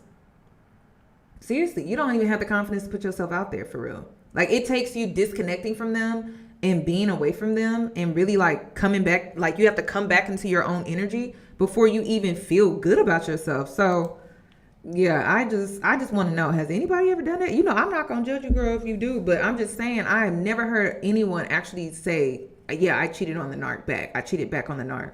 Because your self-esteem be in the gutter. Fine, because he doesn't look like him.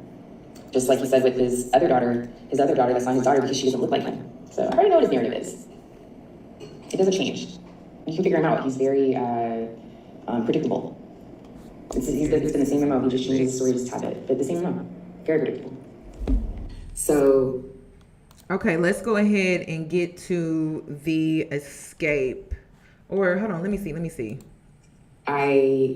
So my mom had called And I'm making these plans for us to go to San Diego. So I sit in the bed and I'm like, oh, hey, babe, do you also want to go to S-SLVE place and we can stay the night? And mind you, he had just sent me an email about S-SLVE place. So this like aligned like perfectly.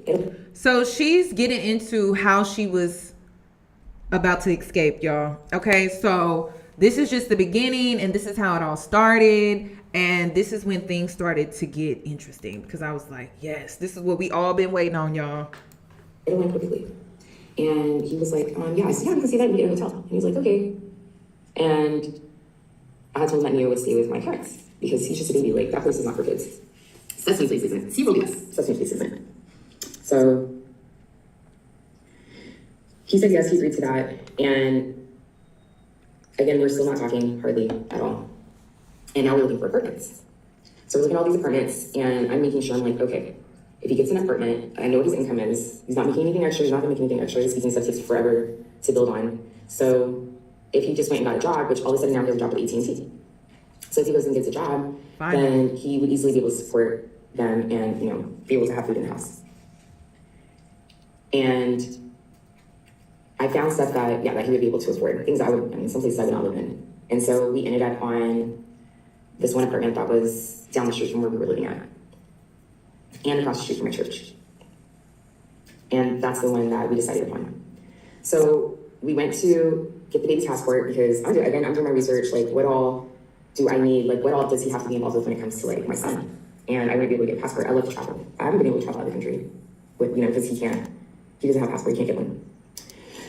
So we go to the passport office and he hands the lady his California ID. No, he hands her his California ID.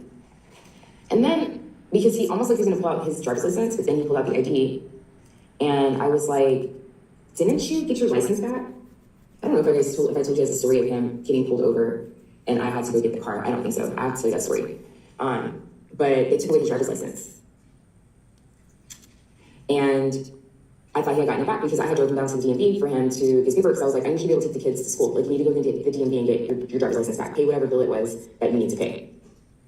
And he was like, didn't want to do it. He was annoyed that I was going to drop him off there. He didn't want to do it. So I don't think he ever had got his driver's license back because he was only using his ID. So then we dropped the kids off at my parents' house and we go look at apartments.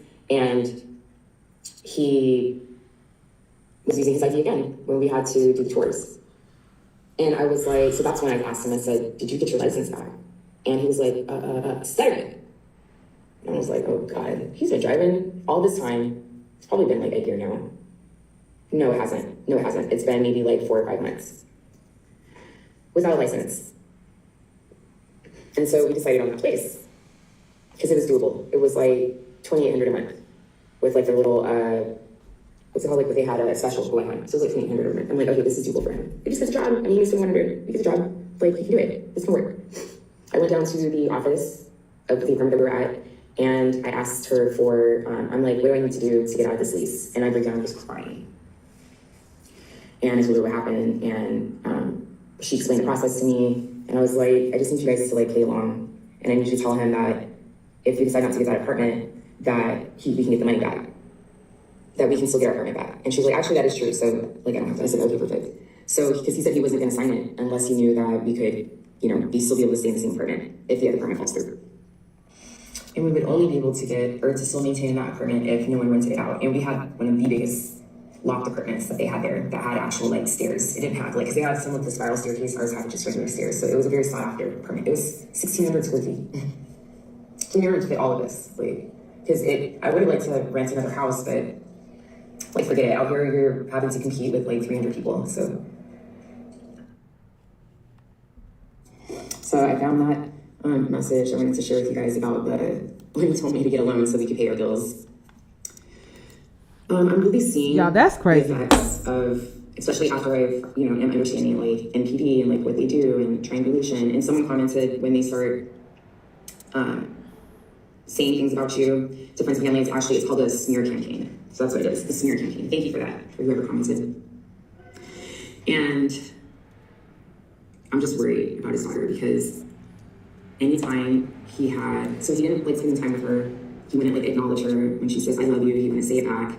And he'd only say I love you when it benefited him. And then whenever she would have like her calls with her mom, he would be really nice that day before she'd have her call, and then they would take a walk, or they go out to like they go and eat something. Manipulation. So I have no idea what he's saying. And one time she opened up to me in the car, and she usually will open up to me. I'll let her. I can see that her mind is racing, and then we're just quiet, and then she'll talk. And she was like, "Yeah, I don't talk to her because Daddy said that if I talk to her, that everyone's gonna think I'm lying, and I'm gonna leave it at that." So yeah, I'm really concerned, and I'm seeing like manipulation is wild, like wild. I'm like, none of this is real. Like all of this has just been a whole game the entire time. It's a game. He plays games, crazy games. And I mean, you're just seeing it. Like he does not like her. He doesn't like me. The way he's treating me, the way he's treating her. It's real like that. I'm just like, at this time, I don't know what to do. And I want to reach out to Samantha, but I can't. Like, I can't reach out to her. And then I know she's pissed at me at the same time, and I didn't know what to do or how to navigate it. And all I can think about is, I'll just do what I can right now, and then we'll have to figure it out after the fact, but I just need to get into a safe space. So her escape is about to be complicated because of the child, y'all. She can't just leave the child because, again, she's paying for everything. She's housing this child. She's feeding this child. She's basically raising this child. She's nurturing this child. She's so, and this is what's so disgusting to me, y'all, is that this is every woman that comes into his life. She's introduced to a new woman, and this is typically how it goes, right? And then they leave because they are trying to escape the narc, right? Not really escape her, but escape the narc. And so she ends up being like a casualty in the whole situation. It's disgusting, y'all. It's so disgusting. Okay, so let's get into the escape. Let me turn it up. If you guys haven't already discovered, Byron has made a fake account. And if you notice, he's only targeting one person. And he was able to get full custody of the child, y'all. I don't even know how. Or was it full custody or was it partial? I think he was able to get full custody. And then he moved. He moved out of state. And I don't even know if that's legal. Can you share custody with another person? Even if you have full custody and then you're able to move states? How does that work? Are there any social workers? Oh, he had emergency temporary custody. Any social workers? Like, is that legal? Can he just skip state and just do that? How was he able to just skip town? So they have a joint legal custody. How was he able to just skip town with a child like that? That's insane. That's dangerous. And just like she said, Samantha, in her videos, that he's used her as a punching bag all these years, and they've been married since 2013. So he's trying to silence us, and that's not going to happen. And the only reason why he would be lashing out is because he's unraveling and things are going his way. Alrighty, we're going to get right into it. My escape plan. So we're supposed to be going to San Diego for the weekend, and we're also staying the night.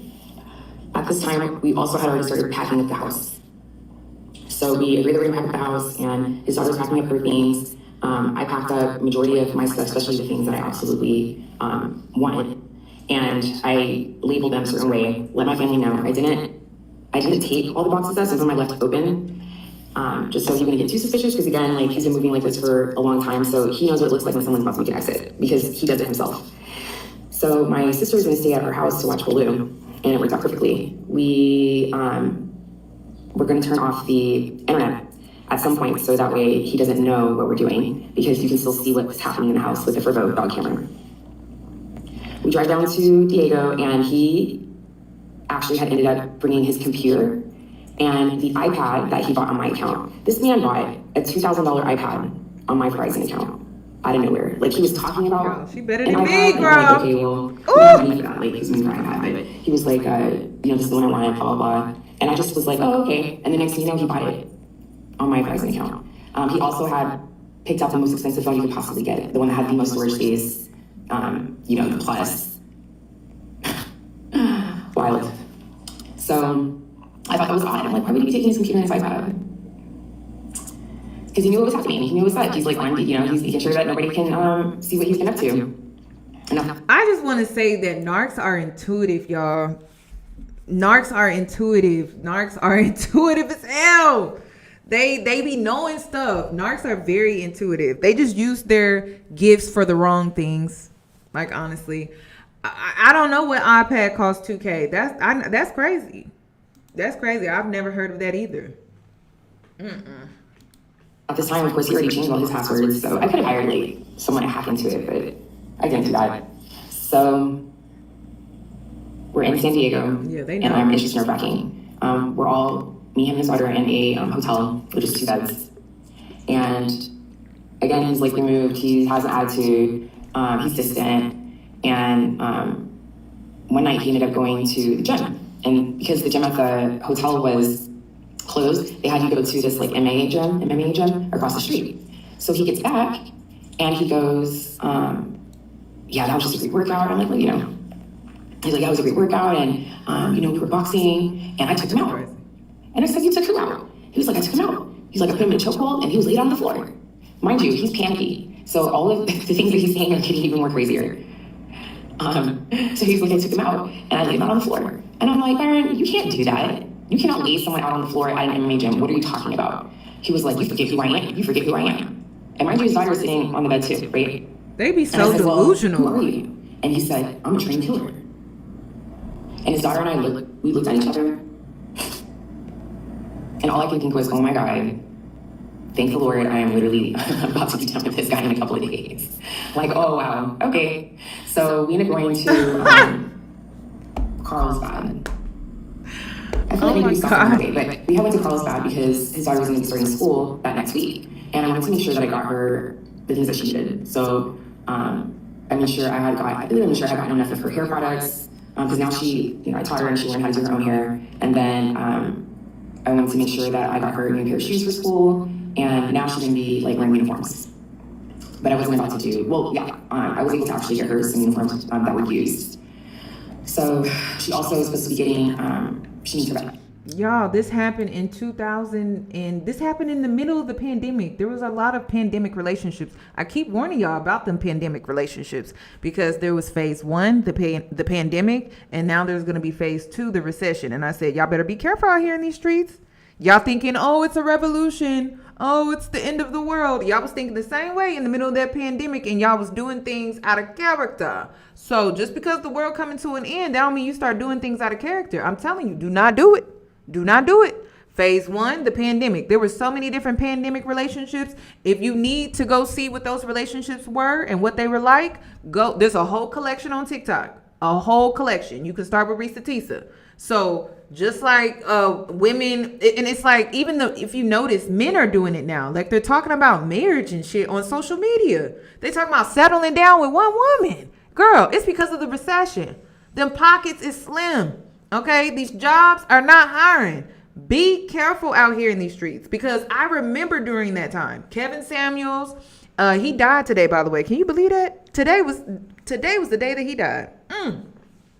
But anyway, during that time, his rhetoric was all over social media, just punching women's self-esteem through the phone screen. Okay. Then the end of the world, we thought the end of the world was happening. And so people was just not thinking clear. Like people were thinking differently then versus today, y'all. Like be so for real. But the reason why I'm pointing this out is because we are back in that same energy, right? Because the ports are empty. There was a major power outage that happened over there in Europe. So like, listen, you need to be thinking with your head on straight, okay? And not thinking out of panic or desperation or thinking that the world is going to come to an end.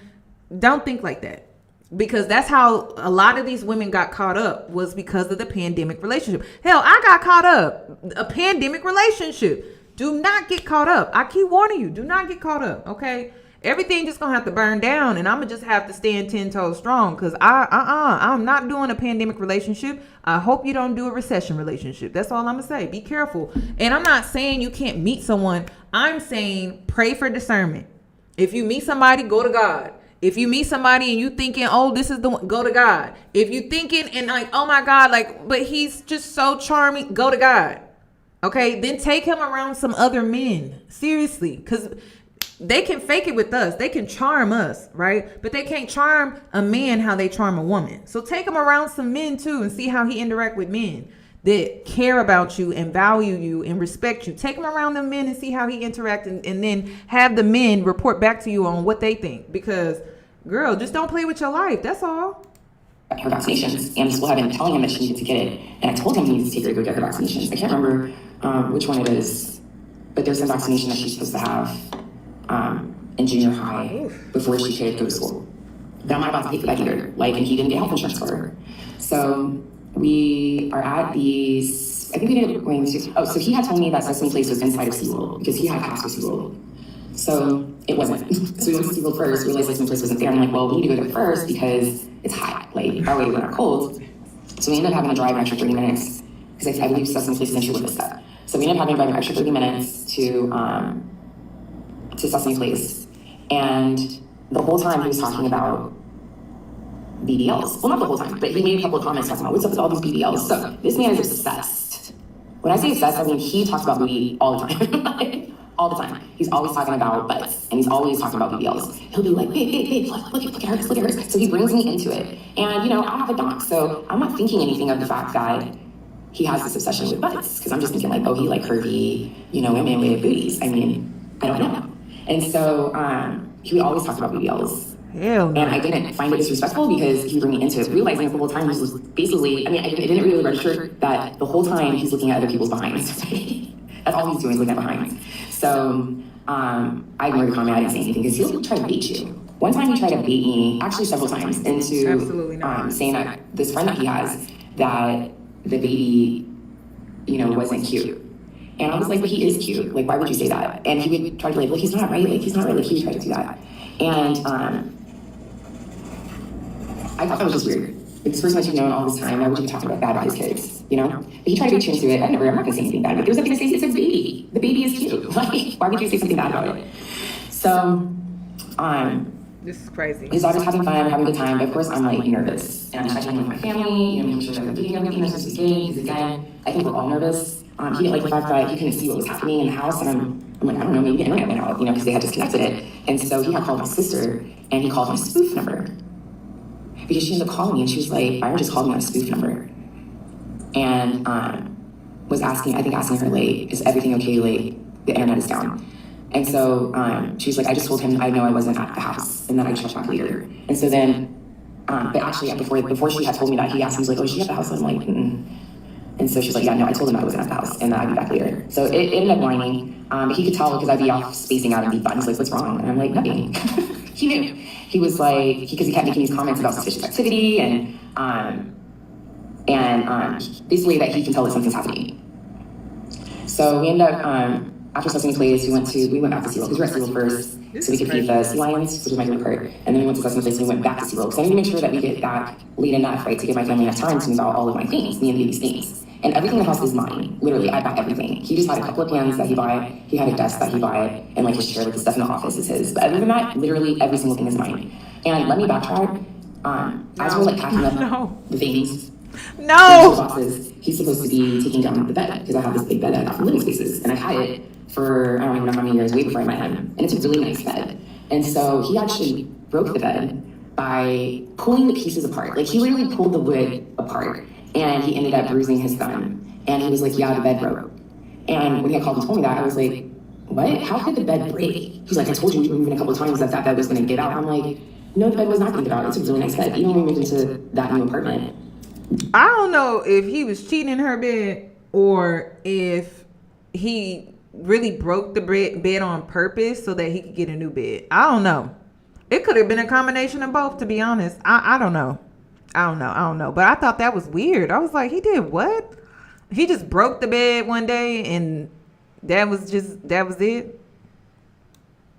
When we got his daughters that we had in my room for everybody, the couch is an L shape and the lounger is on the side to where it's supposed to be patio door. So it's kind of hard to like get into to get outside. And he wanted to get a new couch. And I was like, are you serious? I just bought that couch and I'm still paying on it. Like, we're not getting any couch. So I got upset at that and I told him, I'm not buying my furniture.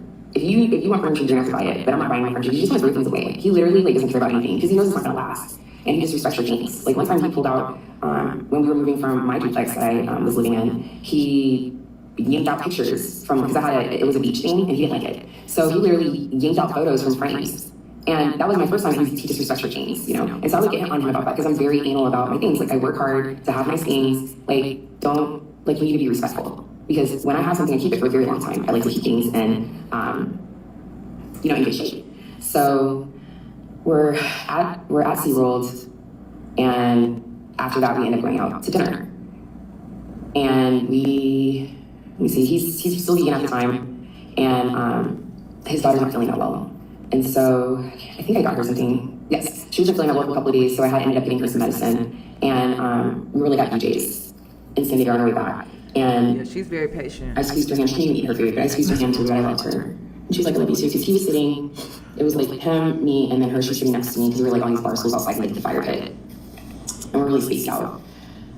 So of course I get the meal, and I'm just like feeling so bad, and I'm just trying to in my head think about, what am I gonna say to her? Because I was told that the best thing to do is to tell her the truth. And kids need to know the truth. They need to know exactly what's happening because she's been seeing these things for years.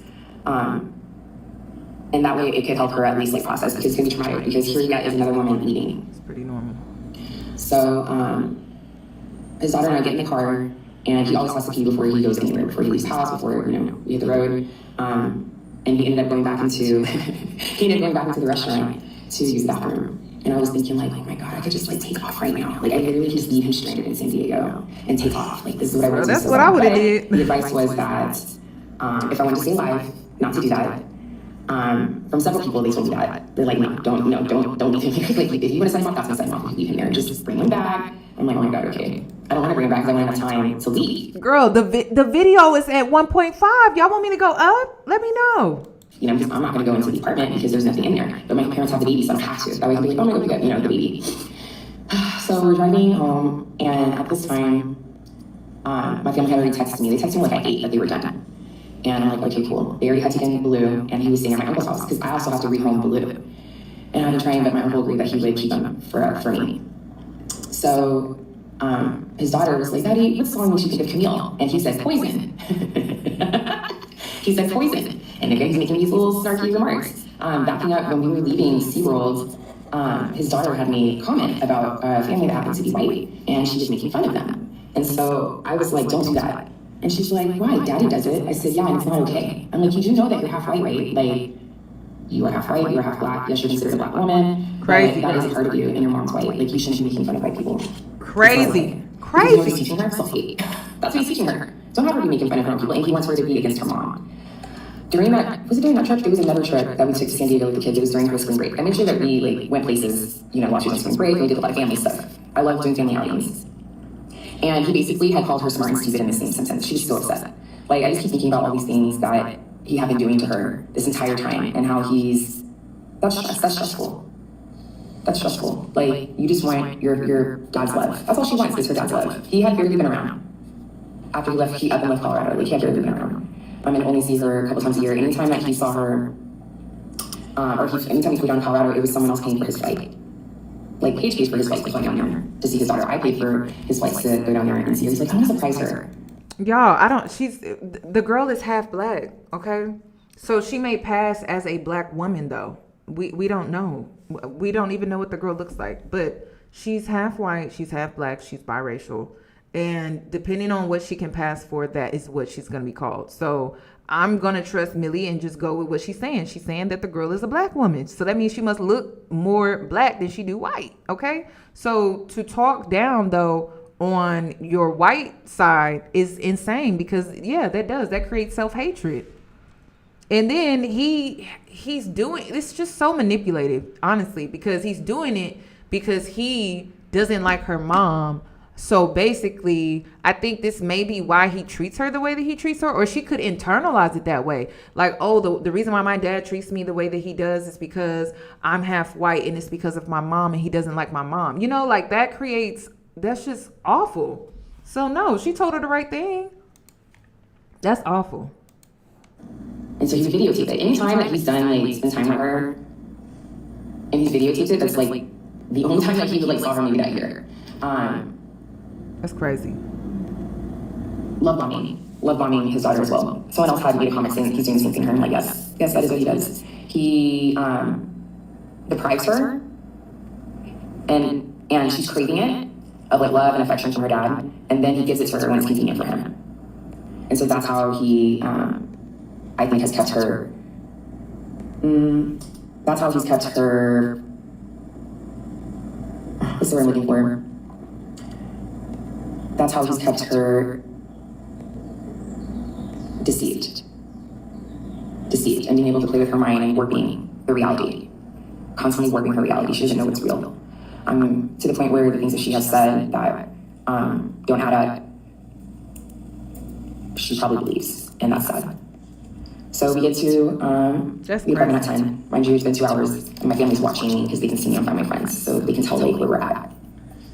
And all I can think about is, what am I going to say to her? Am I going to let her out of this car? And I couldn't, so I locked the back door with the trap lock. And then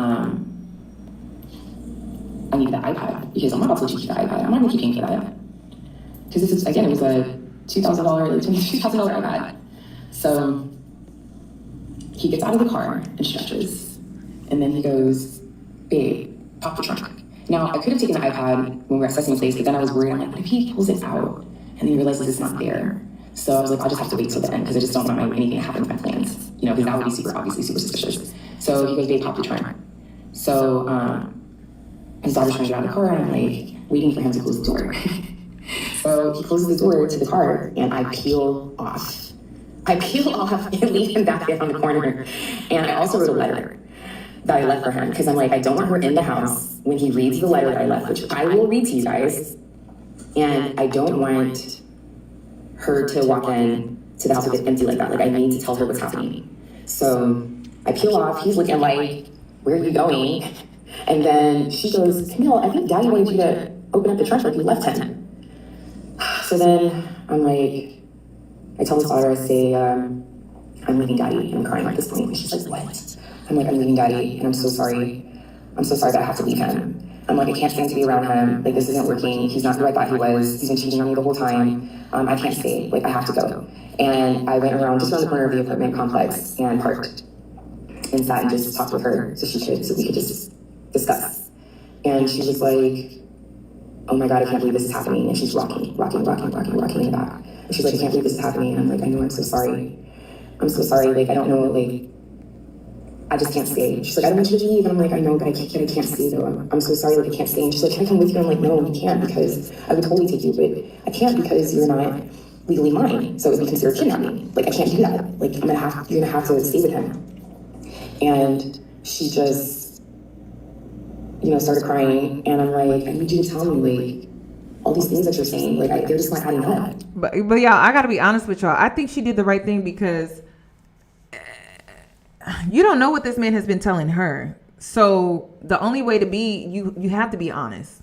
You have to, because there's so many lies. It's like, how else would you tell a child that though, and still give her the honesty? Because if she just left her and then it just would have been a mess, y'all. I think she handled it correctly, in my opinion. I do, 1,000%, because the way this child has been treated up until this point, the experiences that she has underwent up until this point, and the only thing you could really do in a situation like this is give that child honesty. Give that child honesty. And then he's probably going to further manipulate her after the fact. But at least she heard it come out of your mouth, what it is and what it's not.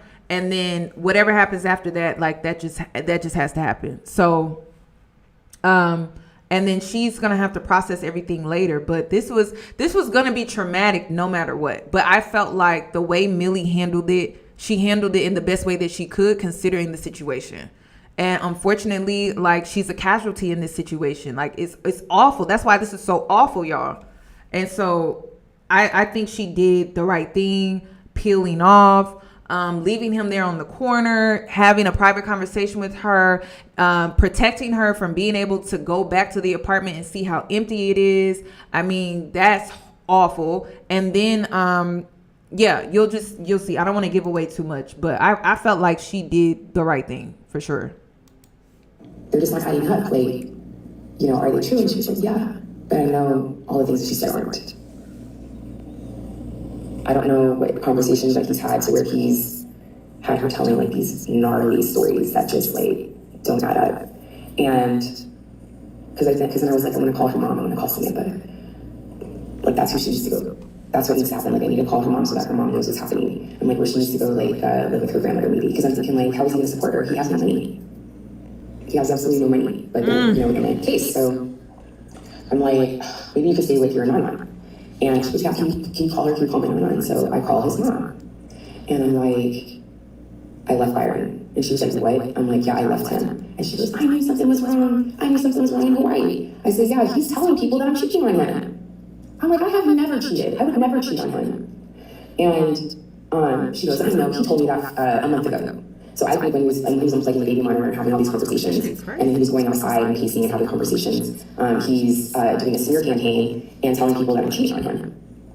So this is August the 11th or 12th when this happened. August 11th or 12th of 2023. So she's like, yeah, he told me that a month ago, but any man that claims that woman is cheating on him, it's because he's the one that's cheating. That's what she said to me. And she was like, I told him that he is not made for relationships, that he just needs to date and move on because he's not made to be with people. Me and his brother told him that he needs to get a vasectomy because he keeps having all of these kids and has no intentions of being in their lives. And I was like, what?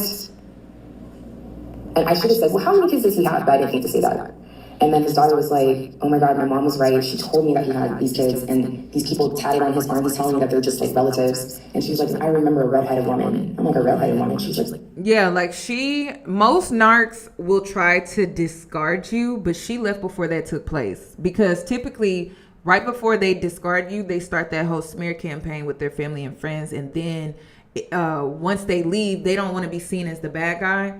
And so they already ran your name through the mud, ruined your reputation and everything behind your back, and you didn't even know. And it was so that was part of their escape plan. See, and then she left right before, because that was a month ago. So he was smear campaigning her name for a whole month behind her back before she actually left, before he was able to leave first. But she was able to leave before the narc was. So, and I just wonder, like, what his escape plan was, because this is just so crazy to me. Like, they're both trying to escape the relationship. Like, it's just crazy, right? It's crazy.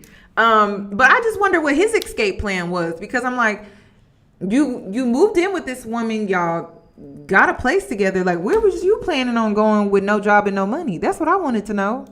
He was going to look for another woman possibly, but you have your daughter with you. So I think that was another thing too that was a little bit different when it comes to Millie versus Paige's story, because Paige, I don't think his daughter was with him during that time. I don't think so. So I think that's kind of what made him not be able to kind of like move around freely. But in this situation, he couldn't just pick up and leave. He had to worry about his daughter. He couldn't just leave her behind. It would have been a mess. And then he wouldn't have looked like the good guy, right? See, he's trying to look like the good guy in this situation. He can't leave his daughter behind and not still look like the good guy. So it just made his world way more complicated. That's all. And she was able to make her escape first. like, yeah, when we were living in Colorado, I remember a redheaded woman, and I had asked him about her, and he told me I was dreaming. And I told her, I said, that's called gaslighting. That's crazy. That's called gaslighting. I said, that's like, you're telling him that the sky is blue, and he keeps trying to convince you that it's purple. I'm like, you were right. What you saw is what you saw. That was hard. So I told his mom, I said, I can't let her walk in there. I can't. And I left him a letter. I need him to cool off. Like, I don't want her in there when he's pissed. Because we brought back some of his things because of that apartment that he had. And so we brought back like a dresser and a mattress for him. So he would at least have something to sleep on. And I bought his daughter all of her bedding, all of like her bed, her dresser.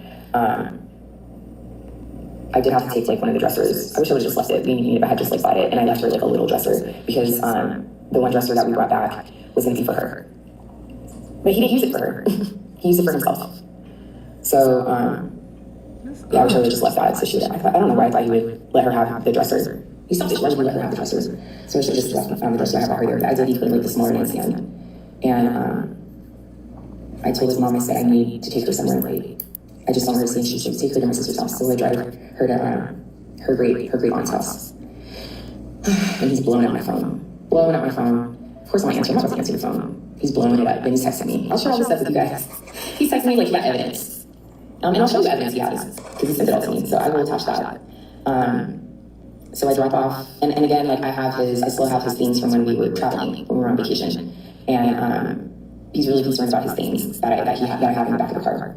And he's like, I need you to, bring me back my daughter, and I need my things. And so I asked this woman, like, can you call him and just let him know that I'm gonna take her to, her aunt's house? And she's like, I'll call him. So she calls him, I make it to the aunt's house. I'm taking his things out of the car, and she goes, don't leave that here. I'm like, this is why she was so standoffish. She didn't want to, this is what I think, because I like her. And I'm like, I think that she came off so standoffish. It could just be her personality, but deep down I'm like, she's really cool. And so I'm like, because she knows how she operates. So she wasn't about to get close. She wasn't about to get close. And a weird thing happened. So his cousin's baby is only a month younger than Neo, and they had a younger party. And we went to it. And his cousin's girl was really nice and talked, and she was like talking to me when we went to her baby shower. I was pregnant at the same time. And when we went to the 1-year-old, well, that was at her baby shower when I was pregnant at the same time as her. But then when we went to the birthday party when the baby turned 1, she would not look at me, she would not talk to me, and I'm like, why is she acting like that? And his cousin's like looking at him a certain way. I felt it was just odd. And I'm thinking, like, did something happen? I just want to add that narcs are big gossipers, y'all. Do not put anything past a narc when it comes to gossip. They gossip. They talk about everybody. Everybody. They are big gossipers. So just keep that in mind too. Be careful what you tell them. Because they're acting weird. But I didn't go for her because she literally just walked right past me, not look at me, not look at him. She looked like she was upset. But her mom came and talked to me. Her mom's really nice. But I just couldn't figure out what was wrong, and I had asked her, and I'm like, did you notice? Like, she didn't say anything. She said something to you, and he was like, I don't know, but they know something. And then I'm thinking about when we were living in the apartment, the neighbor, I was in the elevator with her, and her energy was just off. She used to be so nice and talk to me, and she could barely look at me. And I noticed that, I'm like, what's going on with her? And actually, when I was planning on leaving, I kind of wanted to talk to her and ask her if she knew something. I figured he was messing around with somebody in the apartment, because that's what he's done before in other relationships. So that's why I figured what was happening. And she's lived there for a long time, so they probably know something that I don't know. I never found out, but definitely something happened because both people are acting weird. So his mom calls me and she's like, you better hurry and get out of here because he's on his way. He was on his way to your parents' house, thinking that's where you guys were at. And I'm thinking, how did he get a ride? He's resourceful. How did he get a ride? And then I forgot, oh yeah, he has a cousin that lives close by. A cousin that I've never met, mind you, ever. Even though I said, bring your cousin to the birthday party. And he didn't want to invite me at all. So I've never met this cousin. He stopped on him, but... So he was on his way to come get her, and I hugged her, and I left her my number. And I was like, if something happens, if you need anything, you can text me, like, but she doesn't have a phone. He said he was gonna get her phone, never got her phone. The phone that she had that her mom had given her, he turned off and never gave it to her. Because he doesn't want her to talk to her family. She's even asked, she asked him, she was like, can you ask Daddy if I can call my brother? Because I miss him so much. And I was like, I'm sorry, but he's not gonna let you do that. I can already let you know he's not gonna let you do that. Maybe you can talk to him on calls with your mom, but he's not gonna let you call him. So he isolated her, completely isolated her. She has nobody. This is disgusting. All of her friends, her aunts, she has an uncle, like, she wasn't able to talk to anybody the whole time that she was with us. And he wasn't about to let her either. And I didn't want to violate that, because I don't really know what's happening or what happened. I just know things aren't as they seem. That's all I know. And so I made the best decision that I could at the time with the information that I had. And, then of course I regretted it. Well, I didn't regret it. I just knew that she shouldn't have been completely removed and isolated from her mother, not allowing her to build a relationship. So, because if whatever she was saying was true, I needed to remove her from that. But there's both sides, and I just knew like towards the end that a lot of the stuff that was said wasn't accurate. And I didn't know who he was. Obviously, if I knew what type of person he was, I wouldn't have done that and helped him get her like that. But I mean, there's nothing I can do about it. I just did what was right at the time with the information that I had. So there's a whole discussion about this on TikTok because Millie technically was the resource for how he was able to get his daughter. And she was basically paying. I don't think she did it knowingly or she did it unknowingly. I'm not really sure, y'all. I didn't even look into it. But that's how part of the reason he was able to get custody was because of her, because she was paying. So they started a GoFundMe account for the daughter to get out of so that she can get a lawyer for Samantha to help Samantha get her daughter back. So if you're interested in that, yeah, it's huge. Yeah, she funded the entire custody battle. And so if you're wanting to donate, listen, I'm not going to leave up any links because y'all know I don't do that. I don't want to be held responsible for any scams or anything like that, but it's on her TikTok. It's on her TikTok, okay? The links and everything. Goodness. So I'm gonna, I have my receipts of the letter that I wrote him, his response, the messages that he sent me, sent me a video too. That was crazy. He was blowing up my phone, wanting his things. I went back to the apartment because I knew that he's not there, and I left him underneath the stairwell in the entrance and peaced out. So, me and baby had to move in with my parents, and we had to live there for a year because, I mean, I left him right before I had like literally nothing left. The other women that he's with, they left him with nothing. One of them, she had $20 to her name by the time he was done with her. Samantha, major debt, and repossessions and things like that because of him. I mean, I almost lost my business. I almost lost everything. I went from being cool, like, to just so many things happening. I even cried one time and asked someone, like, is God punishing me? Am I being punished because we're living in sin? He goes, never say that. Never say that. I'm like, yeah. You're the devil. Like, yeah, nothing good is coming out of this relationship. My interactions with you, nothing is good coming. I mean, you're supposed to add to my life, not take away. All it does is suck everything out of you financially, emotionally, physically, where you literally have nothing for yourself. And I'm just like, I have to get out of this before I have nothing because I have a baby that I have to take care of, you know? You know, and parents can keep watching him for free. Not when they have, you know, things that they need to do and they're sacrificing working to watch him, you know, like I have to compensate for that. So yeah, I was gonna have to start all the way, like start over. I'm just like, how did I get myself into that? But I'm just glad that I didn't lose everything. Like I didn't mess up my credit. I just have like that. So. Fast forward all of 90% of your stuff to them. Just cuss me out for no reason. Another reason why I don't trust you, give me a fake text message right now. All of this stuff I already know. I already know all this stuff. I already kind of know what your plans are. I know the checkers moves that you're making. I'm still not going to be checkers. I'm still not going to hate you after this. I know all your moves. All of them. All the plans you have with your sister. All the plans you have with your mom. Everything. There's always a way to find things out. I'm not going to tell you how I know. One was your watch, changing your password for your watch. But there's so many other ways. But it's just like, why is it necessary? Why is it necessary? I don't think any of it's necessary. But don't trust or believe a lot, especially during this move. So there are apartment contingency plans in play, unfortunately, because of you.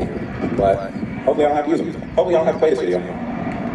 But I feel like I'm like, but we'll see. We'll see how everything goes. Just send me the fake text message. Oh my God, that was fake. That wasn't even good at. That wasn't even good at. Okay, I'm gonna move all of this stuff. So mean, just aggressively mean. And you'll never see it if you don't care. You'll see it for the next person because you might care. It's very aggressive. Okay. The whole, you're aggressive, you're mean. Y'all, this is insane. You've been putting this woman through all of this shit and you got the audacity to say she being mean? Y'all, I would have lost it. I would have had to crash out. I would have had to pull up on them. Because ain't no way. I don't know. Like that would have, y'all, it would have taken everything in me. I really would have had to go to God on that one because I think I would have crashed out. Yeah, he would say that to her. This is the note that I left for Byron when I left him, and I left it on the bed. Hi Byron, I have made the difficult decision to leave you. There has been too much that has happened that I literally cannot continue, not even for another second, living in the same house as you and having to see your face or hear your voice every day. I apologize for having to leave like this, but you gave me no other choice. You have no desire to work through any of the problems in our relationship, and I felt like I had to run for my life because I don't even know who you really are. The damage has already been done, and there's no coming back from it. Ever since you took my money and continued to lie to my face, so many other things have continuously popped up, and today was the last straw. I just can't take it anymore. You have drained me, and I have nothing left of myself to give to this toxic relationship. I have to save what's left for me and myself. Your deception goes into unthinkable depths, and all of the women, just to name a few, Naleli, Kia, Erica, Nadia, Paula, I told you if you ever cheated on me, I will leave you. You put my health and our baby's health at risk with having unprotected sex outside of our monogamous relationship. And you have the gall to be on the phone telling people that I'm cheating on you? What is wrong with you? It makes sense why you kept unplugging the baby monitor, just yapping away, discrediting me as you work on the next. I don't need to cheat on you, it's not in my character. All I need to do is leave you. Cheating is beneath me. Ooh. Stealing money from my company deposits, my emergency cash for our family, the large amounts of gift card purchases on my Home Depot credit card, where you use your military discount every time, and whatever else you swiped. You cannot be trusted, not even a little bit. You played me from the beginning, and I really was willing to rock with you even after all the drama and stuff I found out about you. I wanted to give you the opportunity to show me who you are, and that maybe you had grown into a different man. But wow, living off of women and doing them super dirty, discarding them and moving on to the next, and to top it all off, you purposefully had children with them? What kind of person brings havoc to innocent children on purpose? All of these mystery kids popping up, I can't even imagine how many kids you actually have, but what parent denies their own flesh and blood? Damn. Always lying about your whereabouts, at this point I don't even have the bandwidth to even care what habitual lies you tell. You have a serious problem and you have no desire to even try to fix it. I loved the person you pretended to be and really thought you were going to build this life and be a power couple and have a few more babies, but the entire time you were only out for yourself and had no intentions of sticking around for the long haul. The lying and the gaslighting, constantly patronizing me in forms of a joke, you are actually very mean. You just do it through comedy. This is a form of mental abuse that I will not tolerate. I do know that you have the ability to be a very mean and nasty person, so before you fully go through the devaluation and discarding phase, I'm saving myself the pain and abuse that you will bestow upon me like you have all the others, and I am discarding of you first. I've been on to you for a while and have been sitting back watching and listening, and yeah, I do cut you off because I can't stand hearing you talk. You talk too much, and you make no sense when you go into your fabricated stories. It's so mind-boggling that you really think I should have respect for you with all the dirt you've been doing this entire time. Sorry, but I can't respect a man-child who has not paid for a single thing for his kids. You can't even go buy your Neo diapers with your own money, but you can buy $130 worth of Herbalife right before you know that your daughter needs her vaccines. Ever since your daughter came to live with us, you still didn't go be a man and help me as your partner. Instead, you continue to live off of me and put all the responsibilities on me, making me have to pay for everything. And I told you almost 2 years ago that I needed your help financially, and instead you cheat on me and steal from me? All the while smiling all over my face, spewing lies. Love? That's not love, Byron. You have to show respect to earn respect in return. You have to truly love in order to receive love. I hope you discover what it means to truly love, and that starts with not being so selfish. As I wrap this up, you are a con artist. You're also a narcissist with some sociopathic tendencies. I understand that you are too far gone, and your journey as you go into your 40s is going to continue to be a hard one if you don't do the real work on yourself. I will email you a couple of treatments that are available to veterans that have PTSD. They also have a PTSD rehab facility available as well. I'll send the information over to the therapist. He can look into it for you, as you will have to start paying for your next sessions. I pray that you will heal from your childhood trauma. You are a product of your environment, and having to survive will touch you in that you are today. Over 20 years of operating the way you have in order to survive, I can't even imagine the stress and pain you are in deep down. In conclusion, our character, morals, and values do not align, and you are not a good partner for me. You've added nothing in my life except for Neo. So now I release you. You're free to do whatever and whomever you want. You and I are moving with my family. I need space and time away from you. So I ask that you give me that, and I will contact you when I'm ready. If you need help getting your daughter to and from school, since I'm taking both of my cars, my family and I will be happy to help. And until you're able to get yourself a vehicle, you can contact my sister if you need assistance. All I care about is our children and navigating our split as best as we can for the kids. If you want the iPad I'm paying for, you will need to get your own line and transfer the device. I will leave your phone and Apple Watch on until the end of the month. I will have it scheduled to turn off on September the 1st. The utilities will also be scheduled to be turned off on the 31st, as our lease agreement has been terminated, and you will need to get moved out by the 31st. I have flight credit for you and your daughter, and I have sent that info as well in an email. I wish you the best, and I do hope you make effort in therapy to actually get the help you need to become a better person overall, and a better father to your kids. They don't need fun dad. They need responsible dad. And I know I can, and I know you can get there. I believe in you. With all my love, Camille. Now listen, y'all, no, she handled that right. No, she handled that right, y'all. She made a lot of wrong moves, but I don't know how she did that. I don't know how she pulled that off. I really don't. I don't know how she did it. I don't know how she pulled that off. But girl, she did it. She did it.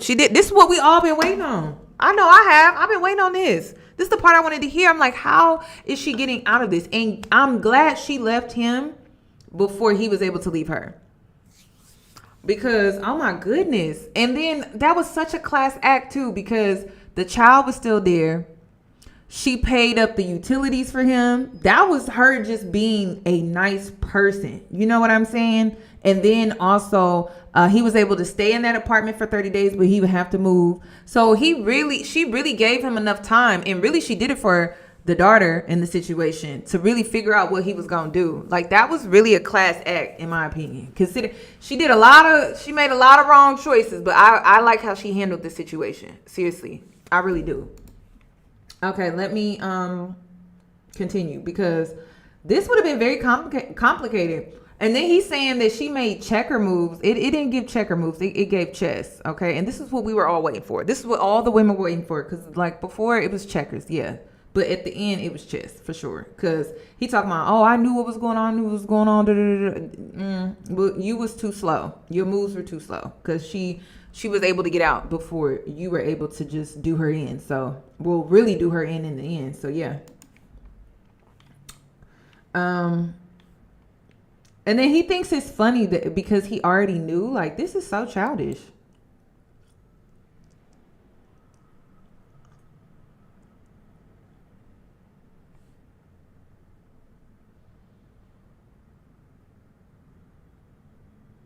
And then he called, this is just receipts of what she was saying.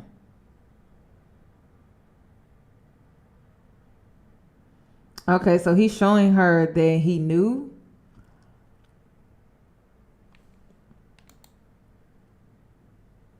This is a narcissistic injury. Like, that's all this is. This is narcissistic injury.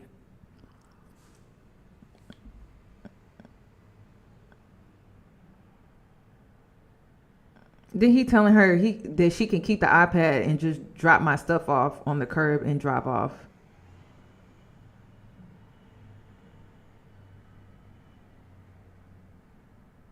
She said they are in the lobby by the stairs.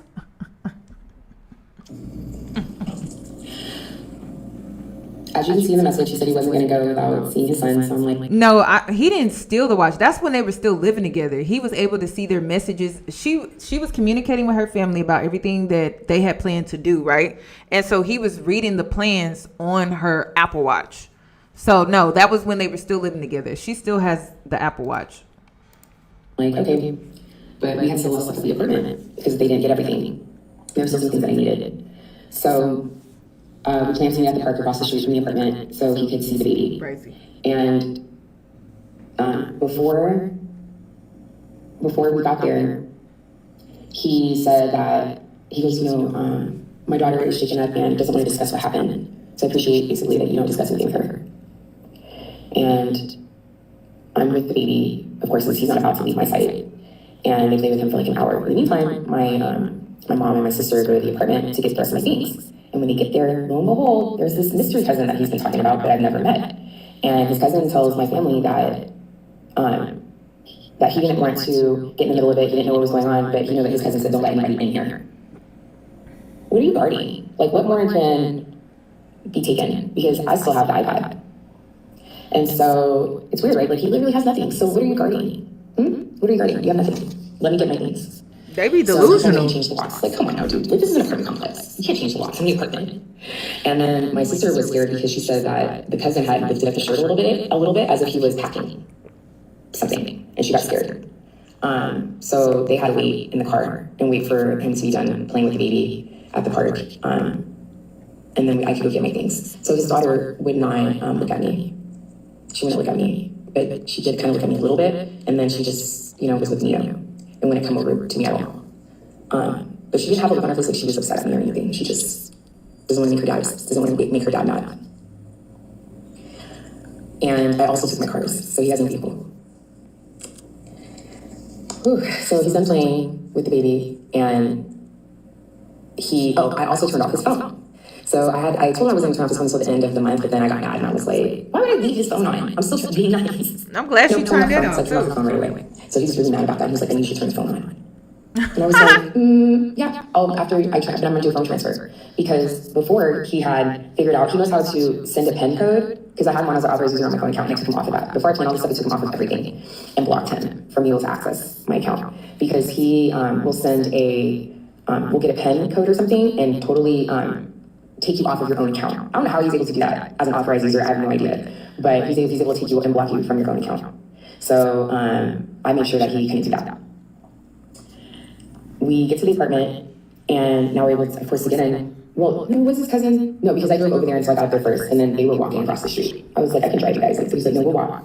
So they're walking across the street, and I got up to the apartment, and his cousin was like, well, he's like, can't you? And I said, well, this is my apartment, my name is on it. Okay, I'm the one paying for it. Thank you.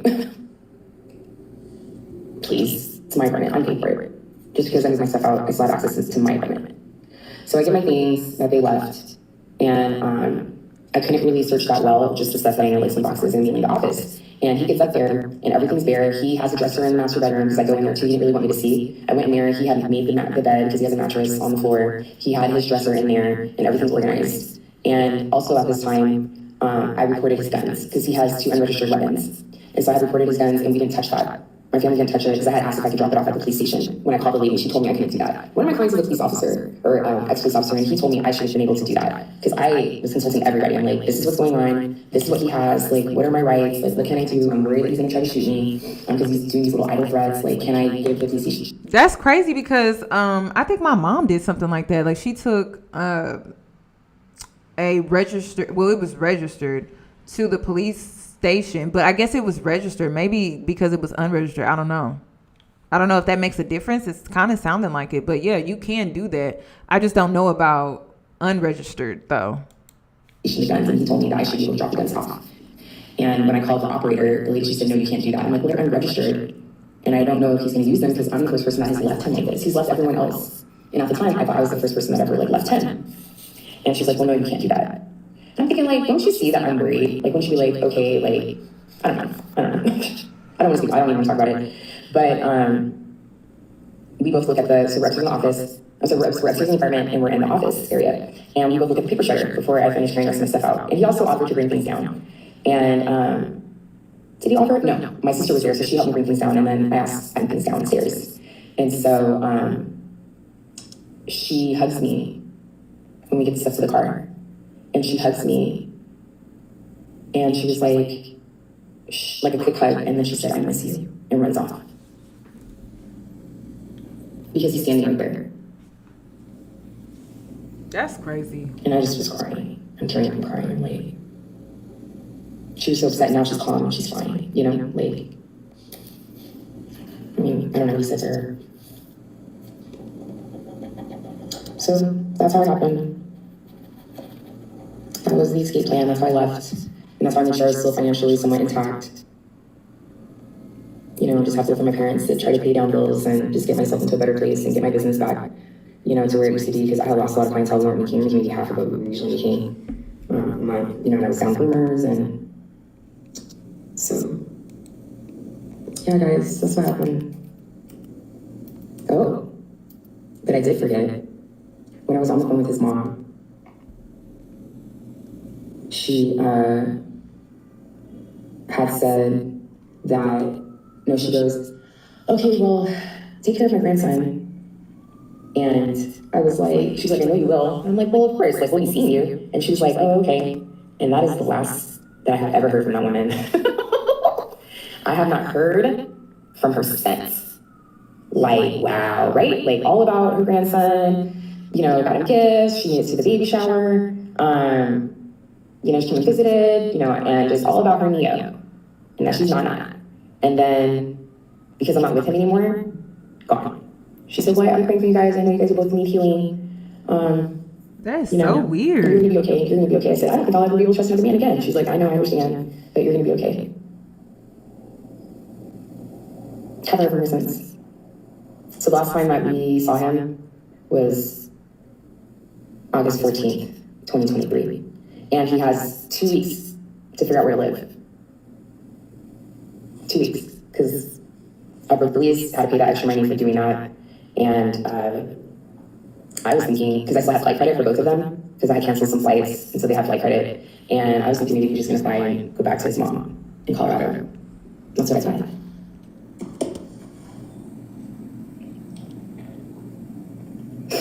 So, the next segment is going to be after I left and the things that happened during that time. Oh, and the things that I found out. And this is when I really started digging even more than what I already had, because I needed to be completely removed. Because at this time, like, you don't trust people, right? And you don't trust yourself. You don't trust your judgment, and you don't know who's going to say what. And so I couldn't reach out directly to anybody while I was still with him because I don't know. Are they going to text him? Like, are they going to tell him? Like, I have no idea. You can't trust anybody. You know, when you're in fight mode, you can't trust anybody. So that's it for my escape plan. And we will discuss tomorrow, 7 p.m. Pacific Standard Time. We will go live with one of my friends that helped throw the baby shower. Because she helped her with my sister. And then he came out to me and what we discussed. Because she helped her with my sister. And then he came out to me and what we discussed. Alrighty. But what I discovered wasn't something that was just like a one-time thing. It's something that has been continuous. I think so too. Discovered it also. And when he texted me that, my reply was, so you're into bleep bleep. You could have gave me bleep. Are you bleep? Who the hell are you? What is wrong with you? You just continuously put my health and my life at risk. This just gets worse and worse. So he was out here. I don't know if he was doing the bending or he was being bent over. I don't know. Girl, I don't know. I don't know if he's the top or the bottom, but girl, I don't know. But I think that's what she's talking about. I don't know. Yeah. The aftermath is she found out that he a DL. Allegedly. What I discovered wasn't something that was just like a one-time thing. It's something that has been continuous. Because Samantha had discovered it also. And when he texted me that, my reply was, so you're into bleep bleep. You could have gave me bleep. Are you bleep? Who the hell are you? What is wrong with you? You just continuously put my health and my life at risk. This just gets worse and worse. You disgust me. You are a very dangerous person. I need you to not contact me right now. I don't know what's going on, but this is beyond wild. And I literally couldn't wrap my head around it. So y'all remember his friend that got married in the beginning in part 1? Y'all remember when the friend got married and it was like that weird, they had like a weird relationship, and how, was it Byron or his friend got on the bed and was like, I gotta go back to part 1. I don't know who was on the bed, but they was doing like this weird, like he was on all fours with his booty in the air. Girl, I don't know, girl. I don't know, but I'm not shocked. I'm not shocked at all. I can't wrap my head around it because here I am laying down with you and I'm pregnant. Oof. And you put me and my son at risk. Like, who does that? That's not okay. And let me tell you, I lost it.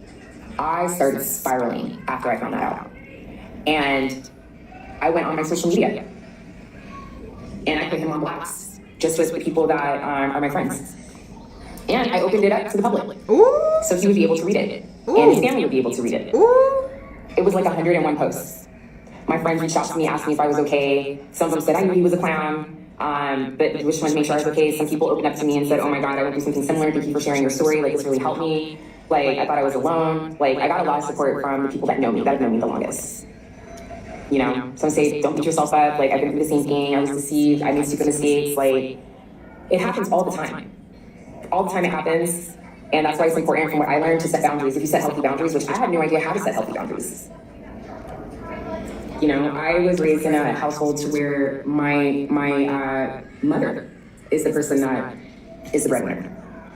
You know, because my dad is disabled. Like, this is, so me having to help a guy out or help build time wasn't me settling. You know, I understand, yes, there's all these signs of him lying. I didn't realize how dark his secrets were. And there's still some stuff I'm not even saying. Oh, he was in the bed? And then I started putting 2 and 2 together. 1 + 1 = 2, not 3. I'm clear in my mind. You know what? That would explain why that bed broke like that. For real? 2 men on the bed? Allegedly. Everything's alleged. But I'm saying, like, it would make sense how the bed broke. You know what I mean? I don't know. Friend was just in the living room uncomfortable. Oh, okay. So Byron was on the bed on all fours and the friend was uncomfortable. Interesting. At this, I mean, I don't know. We don't know what was going on. Like a bed to break like that. He talking about he broke his thumb or he hurt his thumb when it happened. That's an interesting story. And you know, they always got interesting stories. The smoke is clearing. I'm not around him to where he's gaslighting me. I mean, it's so bad. Basically, the entire relationship was gaslighting myself. That's what I was doing. I was gaslighting myself by trying to rationalize in my head, even though everything was clear in front of me. And I understand that. Like, I totally get it. I totally get that. So, he did a post in response. I'm not going to post it because it's, I'm not going to post it, but he did a post in response and made it about God. But he's talking about me, clearly because it was a weird post, but he's talking about God, and it's like, that's blasphemy. Like, you don't mess with God at all. And then I just saw how even more he is. And then just the guilt of, look who I had a baby with. Oh my God, like, the guilt of I chose the wrong person to have a baby with. Oof. Just the realization of that. And then when I realized, like, the manipulation, because I didn't know who Samantha was, like, just based on what he told me. So I'm asking the other women, like, hey, did you ever see anything like this with such and such? And how is Samantha? Like, no, Samantha is so sweet. Like, the things that he told you, he told me the same thing too, but then I met her, and it didn't add up. So he told everybody the same things, and when they met her, they were like, something's off. It didn't add up.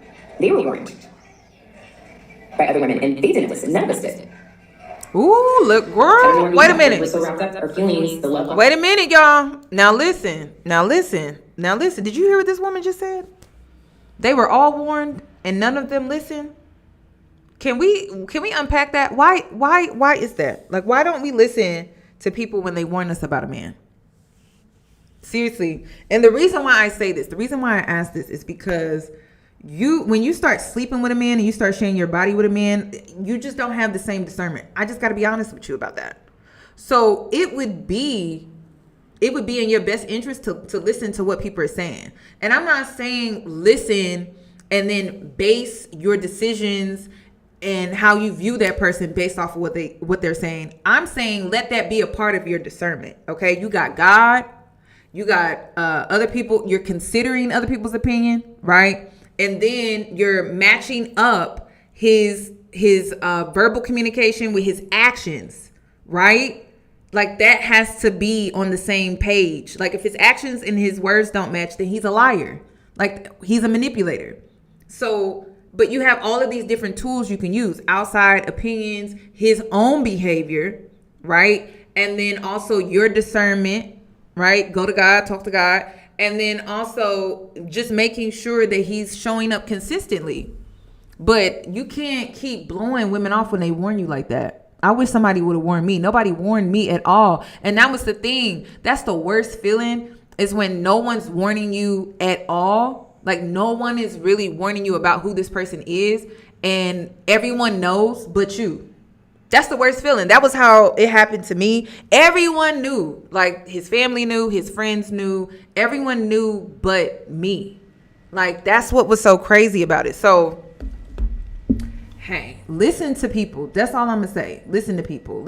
And then when your family doesn't like somebody, right? And this is what's so tricky, right?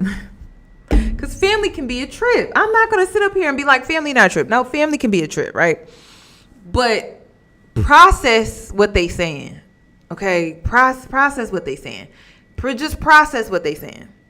Just sit on what they saying and really truly sit back and evaluate the man from a different lens. That's all I'm gonna say, okay? Because family can be a trip. Ain't nobody good enough for you. It could be one of those situations, right? But then sometimes family ain't lying. Sometimes your family telling you the truth. They telling you the truth, but you can't see what they can see because you sleeping with the man. Like that's just how it goes. Like you're sleeping with the man. You're giving your body to that man. So just listen. Just consider what they're saying. Bonding face is very strong and has such a tight hold over you. You just aren't thinking clearly, aren't seeing clearly, nothing. I can promise you, I will never do that again. This has been so traumatic for me. And it's traumatic for my son, no matter what. It's traumatic for the daughter. It's traumatic for Samantha. It's traumatic for Paige. It's traumatic for Van. It's traumatic for the other wives. Yeah. Like, it's just like he's a walking nightmare. Oof. It's traumatic for Melissa. And she's 2 years older than me. People want to say about age and stuff. It can happen to anybody at any age. I started doing deep dives on murder shows. I will go back into that. But that man is dangerous because who can create this character and they're literally playing this character the entire time they're with you? Yeah. The entire time. Someone made a comment, usually narcissists don't keep the mask on for 3 years. Mine was like, when he stole my money is when I woke up. This situation that has happened with the custody, it woke me and Samantha the F up.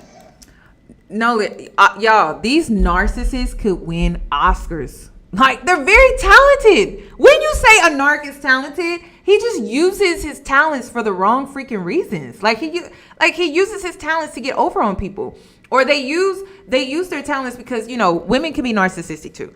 They use their talents to get over on people or to do people in or to take advantage of people. They are really talented people, but they just use their talents and their gifts in the wrong way. I don't get it. This man, I mean, it's as much as he put on this character in this act, he could be a very successful man. I mean, if you could put on a front like this and do all of this, you could be a good actor. You know what I mean? But you using your gifts, you using your talents, you using them the wrong way. You're using them the wrong way. I can tell you that.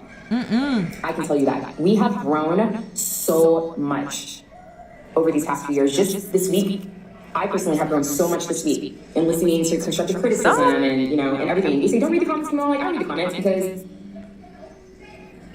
I don't want to be biased. I understand what I was thinking. People don't know me, like, and the people that do know me understand me and they get me. They know my background. They know how I am. And those that don't, I want to hear constructive criticism. You know, so I'm not evil about it because this is my trauma and I'm sharing it to the world. And I'm okay, again, taking an L because this L is going to help other women, other men, you know, just other people that have walked in my shoes, have been gaslighting themselves, who felt low-key, maybe that they didn't really deserve love. I thought I was going to grow old to be the 50-year-old dog lady. I was alone for 2 years. Crazy. Not sexually active. And then I met my person. And I was so desperate in wanting that love. And that cost me one of the biggest mistakes of my life, but also my greatest blessing. And listen. I relate to this so much. You come out of your healing journey, right? And your heart chakra is open because you've been in hermit mode. You've been working on yourself, right? And so you think, oh, God is blessing me with this man in my life. Listen, that could be another test. I be trying to warn the girls. That could be another test. You don't know who that man is. You just met him. You don't know who he is. And then if you went on a healing journey, I would hate for you to have to go and re-heal and do all of that all over again. So you got to make sure. You got to make sure because you got to make sure that's not another test. You get what I'm saying? You got to make sure that is not another test. So I be telling y'all all the time, I create obstacles for men to go through. And if they don't make it through, they feel like they too good to go through the little obstacle course that I got planned out for them to go through. Well, then you just not for me then because I need to know that you are who you say you are. Hell, I'm not going through this shit again. This is awful. If you've ever been through a narcissistic relationship, y'all, it's awful. Like, it's so draining. It's so draining. And that's my takeaway. Oof. That's my takeaway. So again, I need a break. This is very emotional for those of you that have been so supportive of Samantha, and I appreciate that. For people really like understanding, and for those that are judgmental, I mean, you say it never happened to you, but trust me, it could. It can happen to anybody. It can happen to anybody. And you can't say never. Never say never. And it happened. Ooh. Oh, I would never be in a abusive relationship. How believe I am. No way. No one can like control me. No one can hold over me. But then look at what happened. Oh, I'll never settle. Please, I'm not gonna settle. And there's nothing wrong with building a man up. But he obviously needs to earn it. Earn your love. Oh no, we're not building. Did she say we not building? We're not building no more men. It can happen to anybody. And you can't say never because I said never, and it happened. And listen, I'm gonna tell you that if you are a sheltered girl, you better never say never. Say never. Say never. It would never be me. You sheltered and you're not getting no experience. The only reason why it hasn't happened to you or something like that hasn't happened to you is because you keep yourself isolated. So if you were to step out, say, I don't know, let your hair down for a night, it could happen to you. So never say never. And then the only reason why you're saying that or you feel comfortable saying that is because you're sheltered. That's the worst thing you could ever do. Because, yeah. And then once you get out there and you have your first little experience, that's how they get you. That's how they get you. And you could have just been like, oh, I just want to let my hair down and do something new. I want to step outside of my comfort zone. That one little time, right? That's when it happens. So be careful. I think she said something about building a man. Hold on. Oh, I would never be in a abusive relationship. That's the way I am. No way. No one can like control me. No one can have a hold over me. But then look at what happened. Oh, I'll never settle. Please, I'm not gonna settle. And there's nothing wrong with building a man up. But he obviously needs to. No. Men never appreciate a woman that builds him up. They don't. They get used to it and they start taking you for granted. So I'm never going to encourage y'all to do that. Never. Your better investment is again, this is all about age though too. So like prime example, if you're dating a guy that's in his 20s, most men in their 20s are not going to have it all the way together, right? But he needs to have something going on for himself. You shouldn't be helping him like fill out job applications, telling him that he needs to go to this event. He needs to go network. I mean, you're like playing his second mother. So it just depends on what it looks like. If you're in college with a guy and you're dating a guy, that makes more sense to me. Again, it comes down to age. And I feel like by the time a man hits his 30s, he should be more financially stable. 20s, I can give them grace for 20s. But by the time they hit their 30s, it's like they should have some motion. They should have some things really, truly going on. They should. Okay. Oh, she's saying not financially. But just don't do the whole building thing. And even emotionally, y'all. Like, these men need to come emotionally whole. Like, the only... Like, you should stay away from the men that are like, oh, I need a woman to be my peace. They should be at peace within themselves. Seriously, they should be at peace within themselves. The only thing you could do is be whole with another person and y'all create a whole new life together. That's the only way it makes sense to me. But this, I need a woman to be my peace and he need to be my peace. You need to be peaceful within yourself, and then you need to choose a person that's peaceful, and then y'all can come together and be in peace and create a whole new life together because y'all are whole within yourselves. That's the only way the relationship gonna work. Anything outside of that, that's just a waste of time. Earn it. Earn your love. Earn your body. Earn your mind. No, that's fair. He has to earn it. He or she has to earn it. And one more thing. How did he get an apartment 2 weeks after I left him with no money and no job? We live in California. One thing them narcs gonna do, they gonna find a way, y'all. One thing them narcs gonna do, they gonna find a way.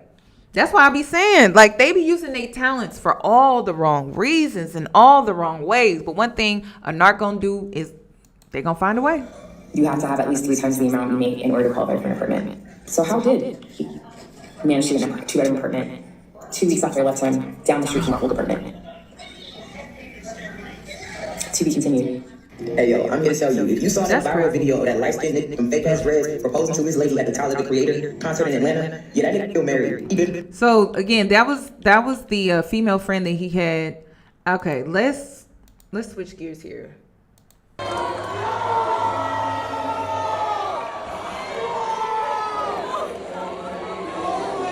Girl, I just want to run. Like, this is a horror movie. Girl, run, girl. Get out of there, girl.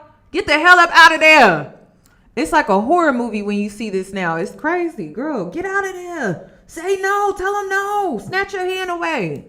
Okay, let me show y'all this video. So he spoke out, but I don't know what he spoke out about.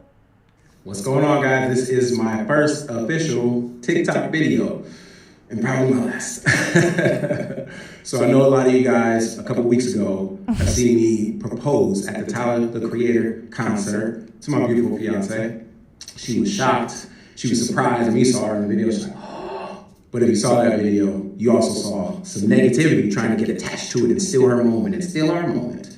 So let's answer a couple questions. One, where have you been, Byron? Why haven't you said anything? Oh my God. We had a pre-planned trip for my 40th birthday and to celebrate our engagement. Yeah, I'm sorry. This man full of shit.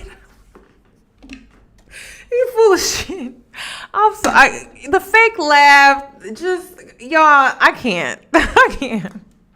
He full of shit. I tried to hold it in. We made it to 35 seconds. He is full of shit, y'all. I'm sorry. I can't. Whenever I'm having a genuine reaction to somebody, there's a connection that you feel spiritually, energetically. Like there's a connection, there's an exchange. I don't get that from him. I get phony as hell. Like, it's just, there's this wall, you know? This is like a mask. That's what I get with him. Like, I don't feel the connection. Like, you're not drawing me in. There's this wall there. So, Pre-planned. Out of the country. Went to Japan. Had a phenomenal time. Side note, I think everybody should go to Japan. That's my favorite place. It's clean, it's beautiful, everyone's nice, it's peaceful. Go to Japan. Get a break from everything. Now, as we're talking about going out of the country, which is something I know for a fact you cannot do if you have 50, 11 kids and owe millions of dollars in child support. You cannot do it. You won't get one of these. You can't get one of these. To all my people. now, y'all, allegedly, this man was able to erase I think he owed like $80,000 in child support or something like that. Back child support. So how does he have a passport? And this is the leg that he wanted to stand on. How was he able to do that? Can somebody explain that to me? Because the women are coming out saying they ain't got their payment. They haven't had a child support payment in years, or he's never paid at all. Hell. So how was he able to do that? Isn't that illegal? And then it always amazes me, y'all, when dumb ass criminals put themselves on social media and tell people, like, how was you able, you got a passport? How did you do that? So now they could take this video, take it to court and use it against him. So this is just a mess. Like, the dumbest criminals are alive today, y'all. They are out here thriving and still being stupid at the same time. Because why would you upload this to the internet and tell the internet? So I'm sure that's going to be looked into, and I'm sure this video is going to be used against him in court. This was stupid. Line to my brothers. This is dumb. You know, if you owe anything, it's a wrap. So I can't swindle my way into getting a passport. I can't swindle my way into getting out of the country. So I know there's a lot of sensationalized things. So y'all, okay. So one thing, when you're dealing with a narc, you have to reverse things. So that's why they're good liars, because they tell you exactly what they did. That's how they lie. Like, I know, right? They tell you exactly what they did, but they reverse it. And yes, I feel very passionate about this. I do, because towards the end, I started picking up on that. I was like, so he just told me exactly what he did, but he's telling it in reverse. Or they tend to tell you exactly what happened, but they put it on another person. Or they tell you exactly what happened, but like they make it seem like someone else did it. Or girl, they'll blame it on a child. Like they're crazy. They'll tell you exactly what they did, and then you just have to like reverse it. Just know that they did it, though. You know what I mean? That's just how they are. They would take a second and really think, how did he do that? You can't. I don't have the complexion for the protection for that. I just don't. Now, speaking of kids, you guys gave me like 3, 4, 5 too many. That's okay. But I have my daughter here. I'm making this video mainly for her. This is a teenage girl. She's involved. Unfortunately, her pictures have been popped up and all these other things have happened, but I'm going to keep it legal. There's been a court case going on for 2.5 years with myself and her mother. I like to say legal things, and I like to keep it above board. So all I will say is my daughter is safe now. She's very happy. She's thriving, and she's been with me for 2.5 years. Now again, let me talk to my fellows. Can you swindle a court system and the government? Yes. I think that's impossible, especially looking like us. No matter what I say, if I do anything wrong, I'm underneath. Why is he talking to us like Miss Rachel? Like, do y'all be watching Miss Rachel? I be watching Miss Rachel all the time. This is how Miss Rachel be talking to the babies. Why he talking to us like that? Like we stupid or we dumb? Like we don't know the laws. To jail. But my daughter's been with me for 2.5 years, thriving, happy, loving everything. I love being a parent. That's one thing I'll give with that. I love being a parent. I am a father. That's my favorite job in the whole world. I will see my son soon. Right now I have my daughter, but I will definitely see my son very soon. Is that a threat? There's kids involved in this, guys. Think about that. Think about what's going on with these kids. It's not just about me or whoever wants to be famous on TikTok by, are we on video 700 now? Who knows? What is the mission for this? What is the purpose? Is it to get famous and put my information out, my fiance's information out? Let's just dox up a bunch of stuff and say we were in a relationship. People in relationships, that's it. You're in a relationship, it doesn't work, it's done. It happens to all of us. Now, to my women, to my black women, you wanted to warn her, you wanted to tell her all these other things. We're fine, she's fine, we're happy, we're planning our wedding. Does he have her hostage or something? Why can't she come to the phone and talk to us? Why you got to talk for her? That's what abusers do. He was better off not saying nothing at all. He done opened his mouth. We want to talk to her. We want to see what she has to say. And you don't need to be in the room. Because that's crazy. You got her held hostage. Why she not sitting next to you? This is weird. This video is weird. But think about it. Was it something you actually wanted to do? Or did you want to get famous? Or is it trauma bonding? Why are these people saying the same thing? It's trauma bonding. Oh my God, it's y'all. not healing. It's my cousin went through this. I've gone through this. We need to get Byron. Byron's that guy. Whoever hurt you, that's that guy. I pray for your healing. 100%. And I'm being very serious with this. I've gone through situations to where I had to heal from relationships, from the things that happened to me. I'm right there with you. Trust me. This isn't one of those situations. Y'all, this is why this is why I don't trust easily. This is why I don't trust people easily. This is why. Y'all see what I be talking about?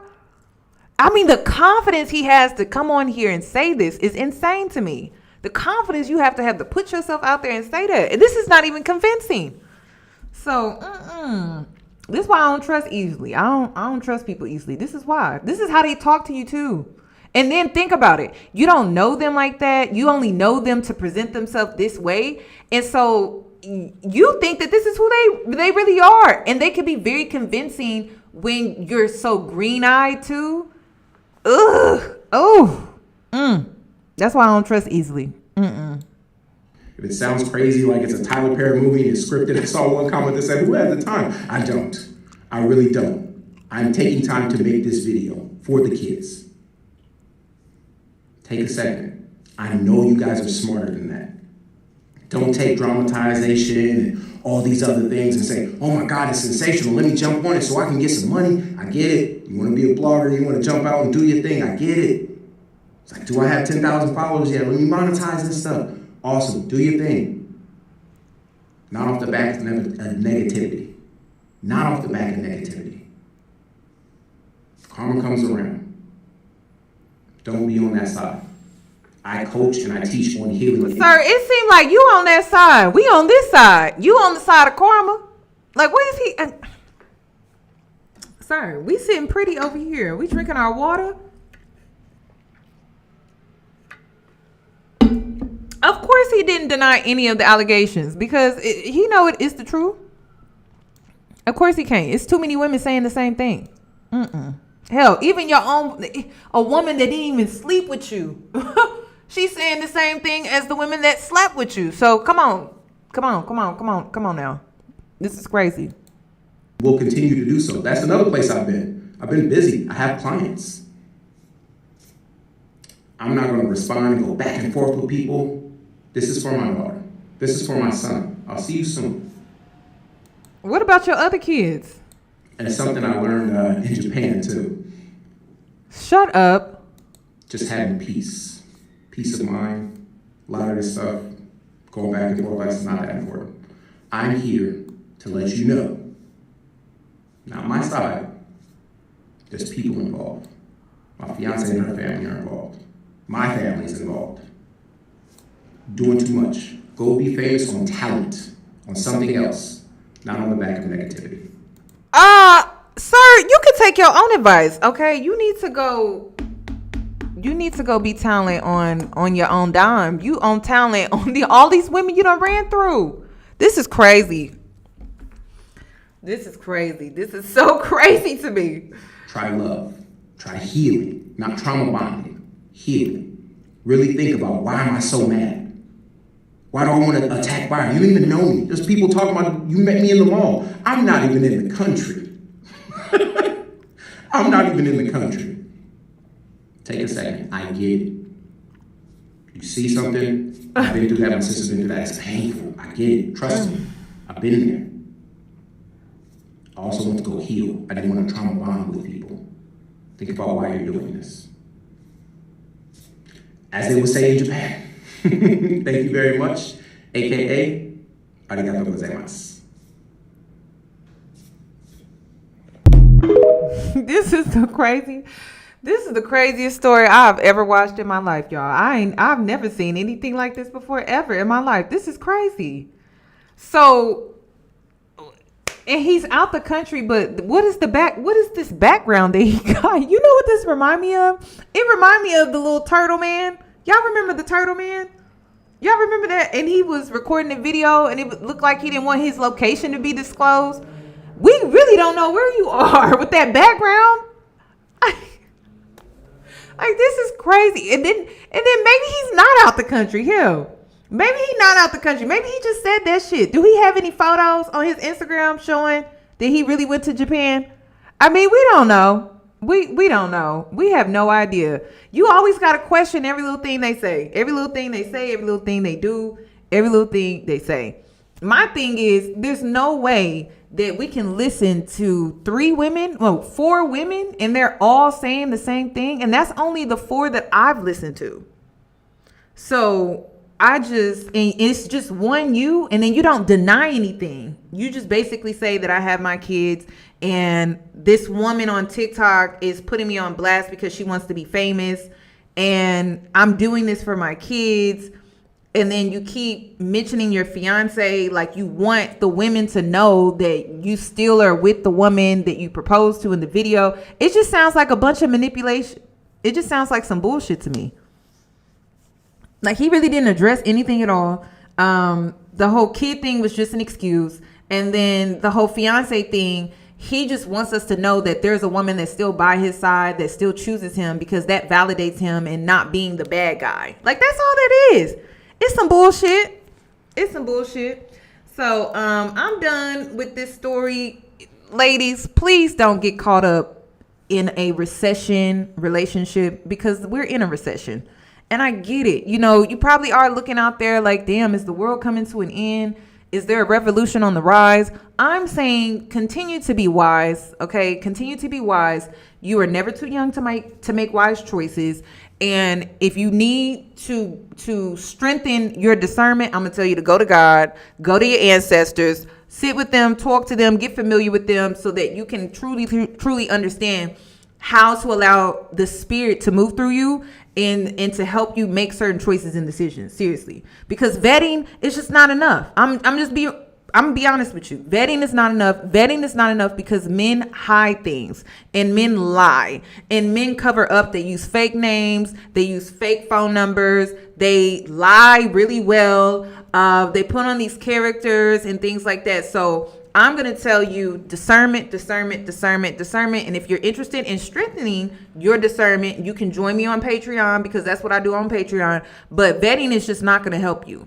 Okay. I've even seen background checks. Things are able to still not be pulled off of a background check. I did a background check this weekend and saw a man get arrested for the P word with children.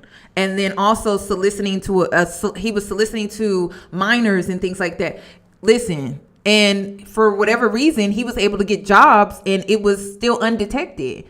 So I'm just like, how is that even possible? Y'all, make sure that you are developing that discernment relationship seriously, because you'll be surprised what these men are truly able to get away with, and how things are able to go under the radar, and how things are missed and things like that. So you need to really double check.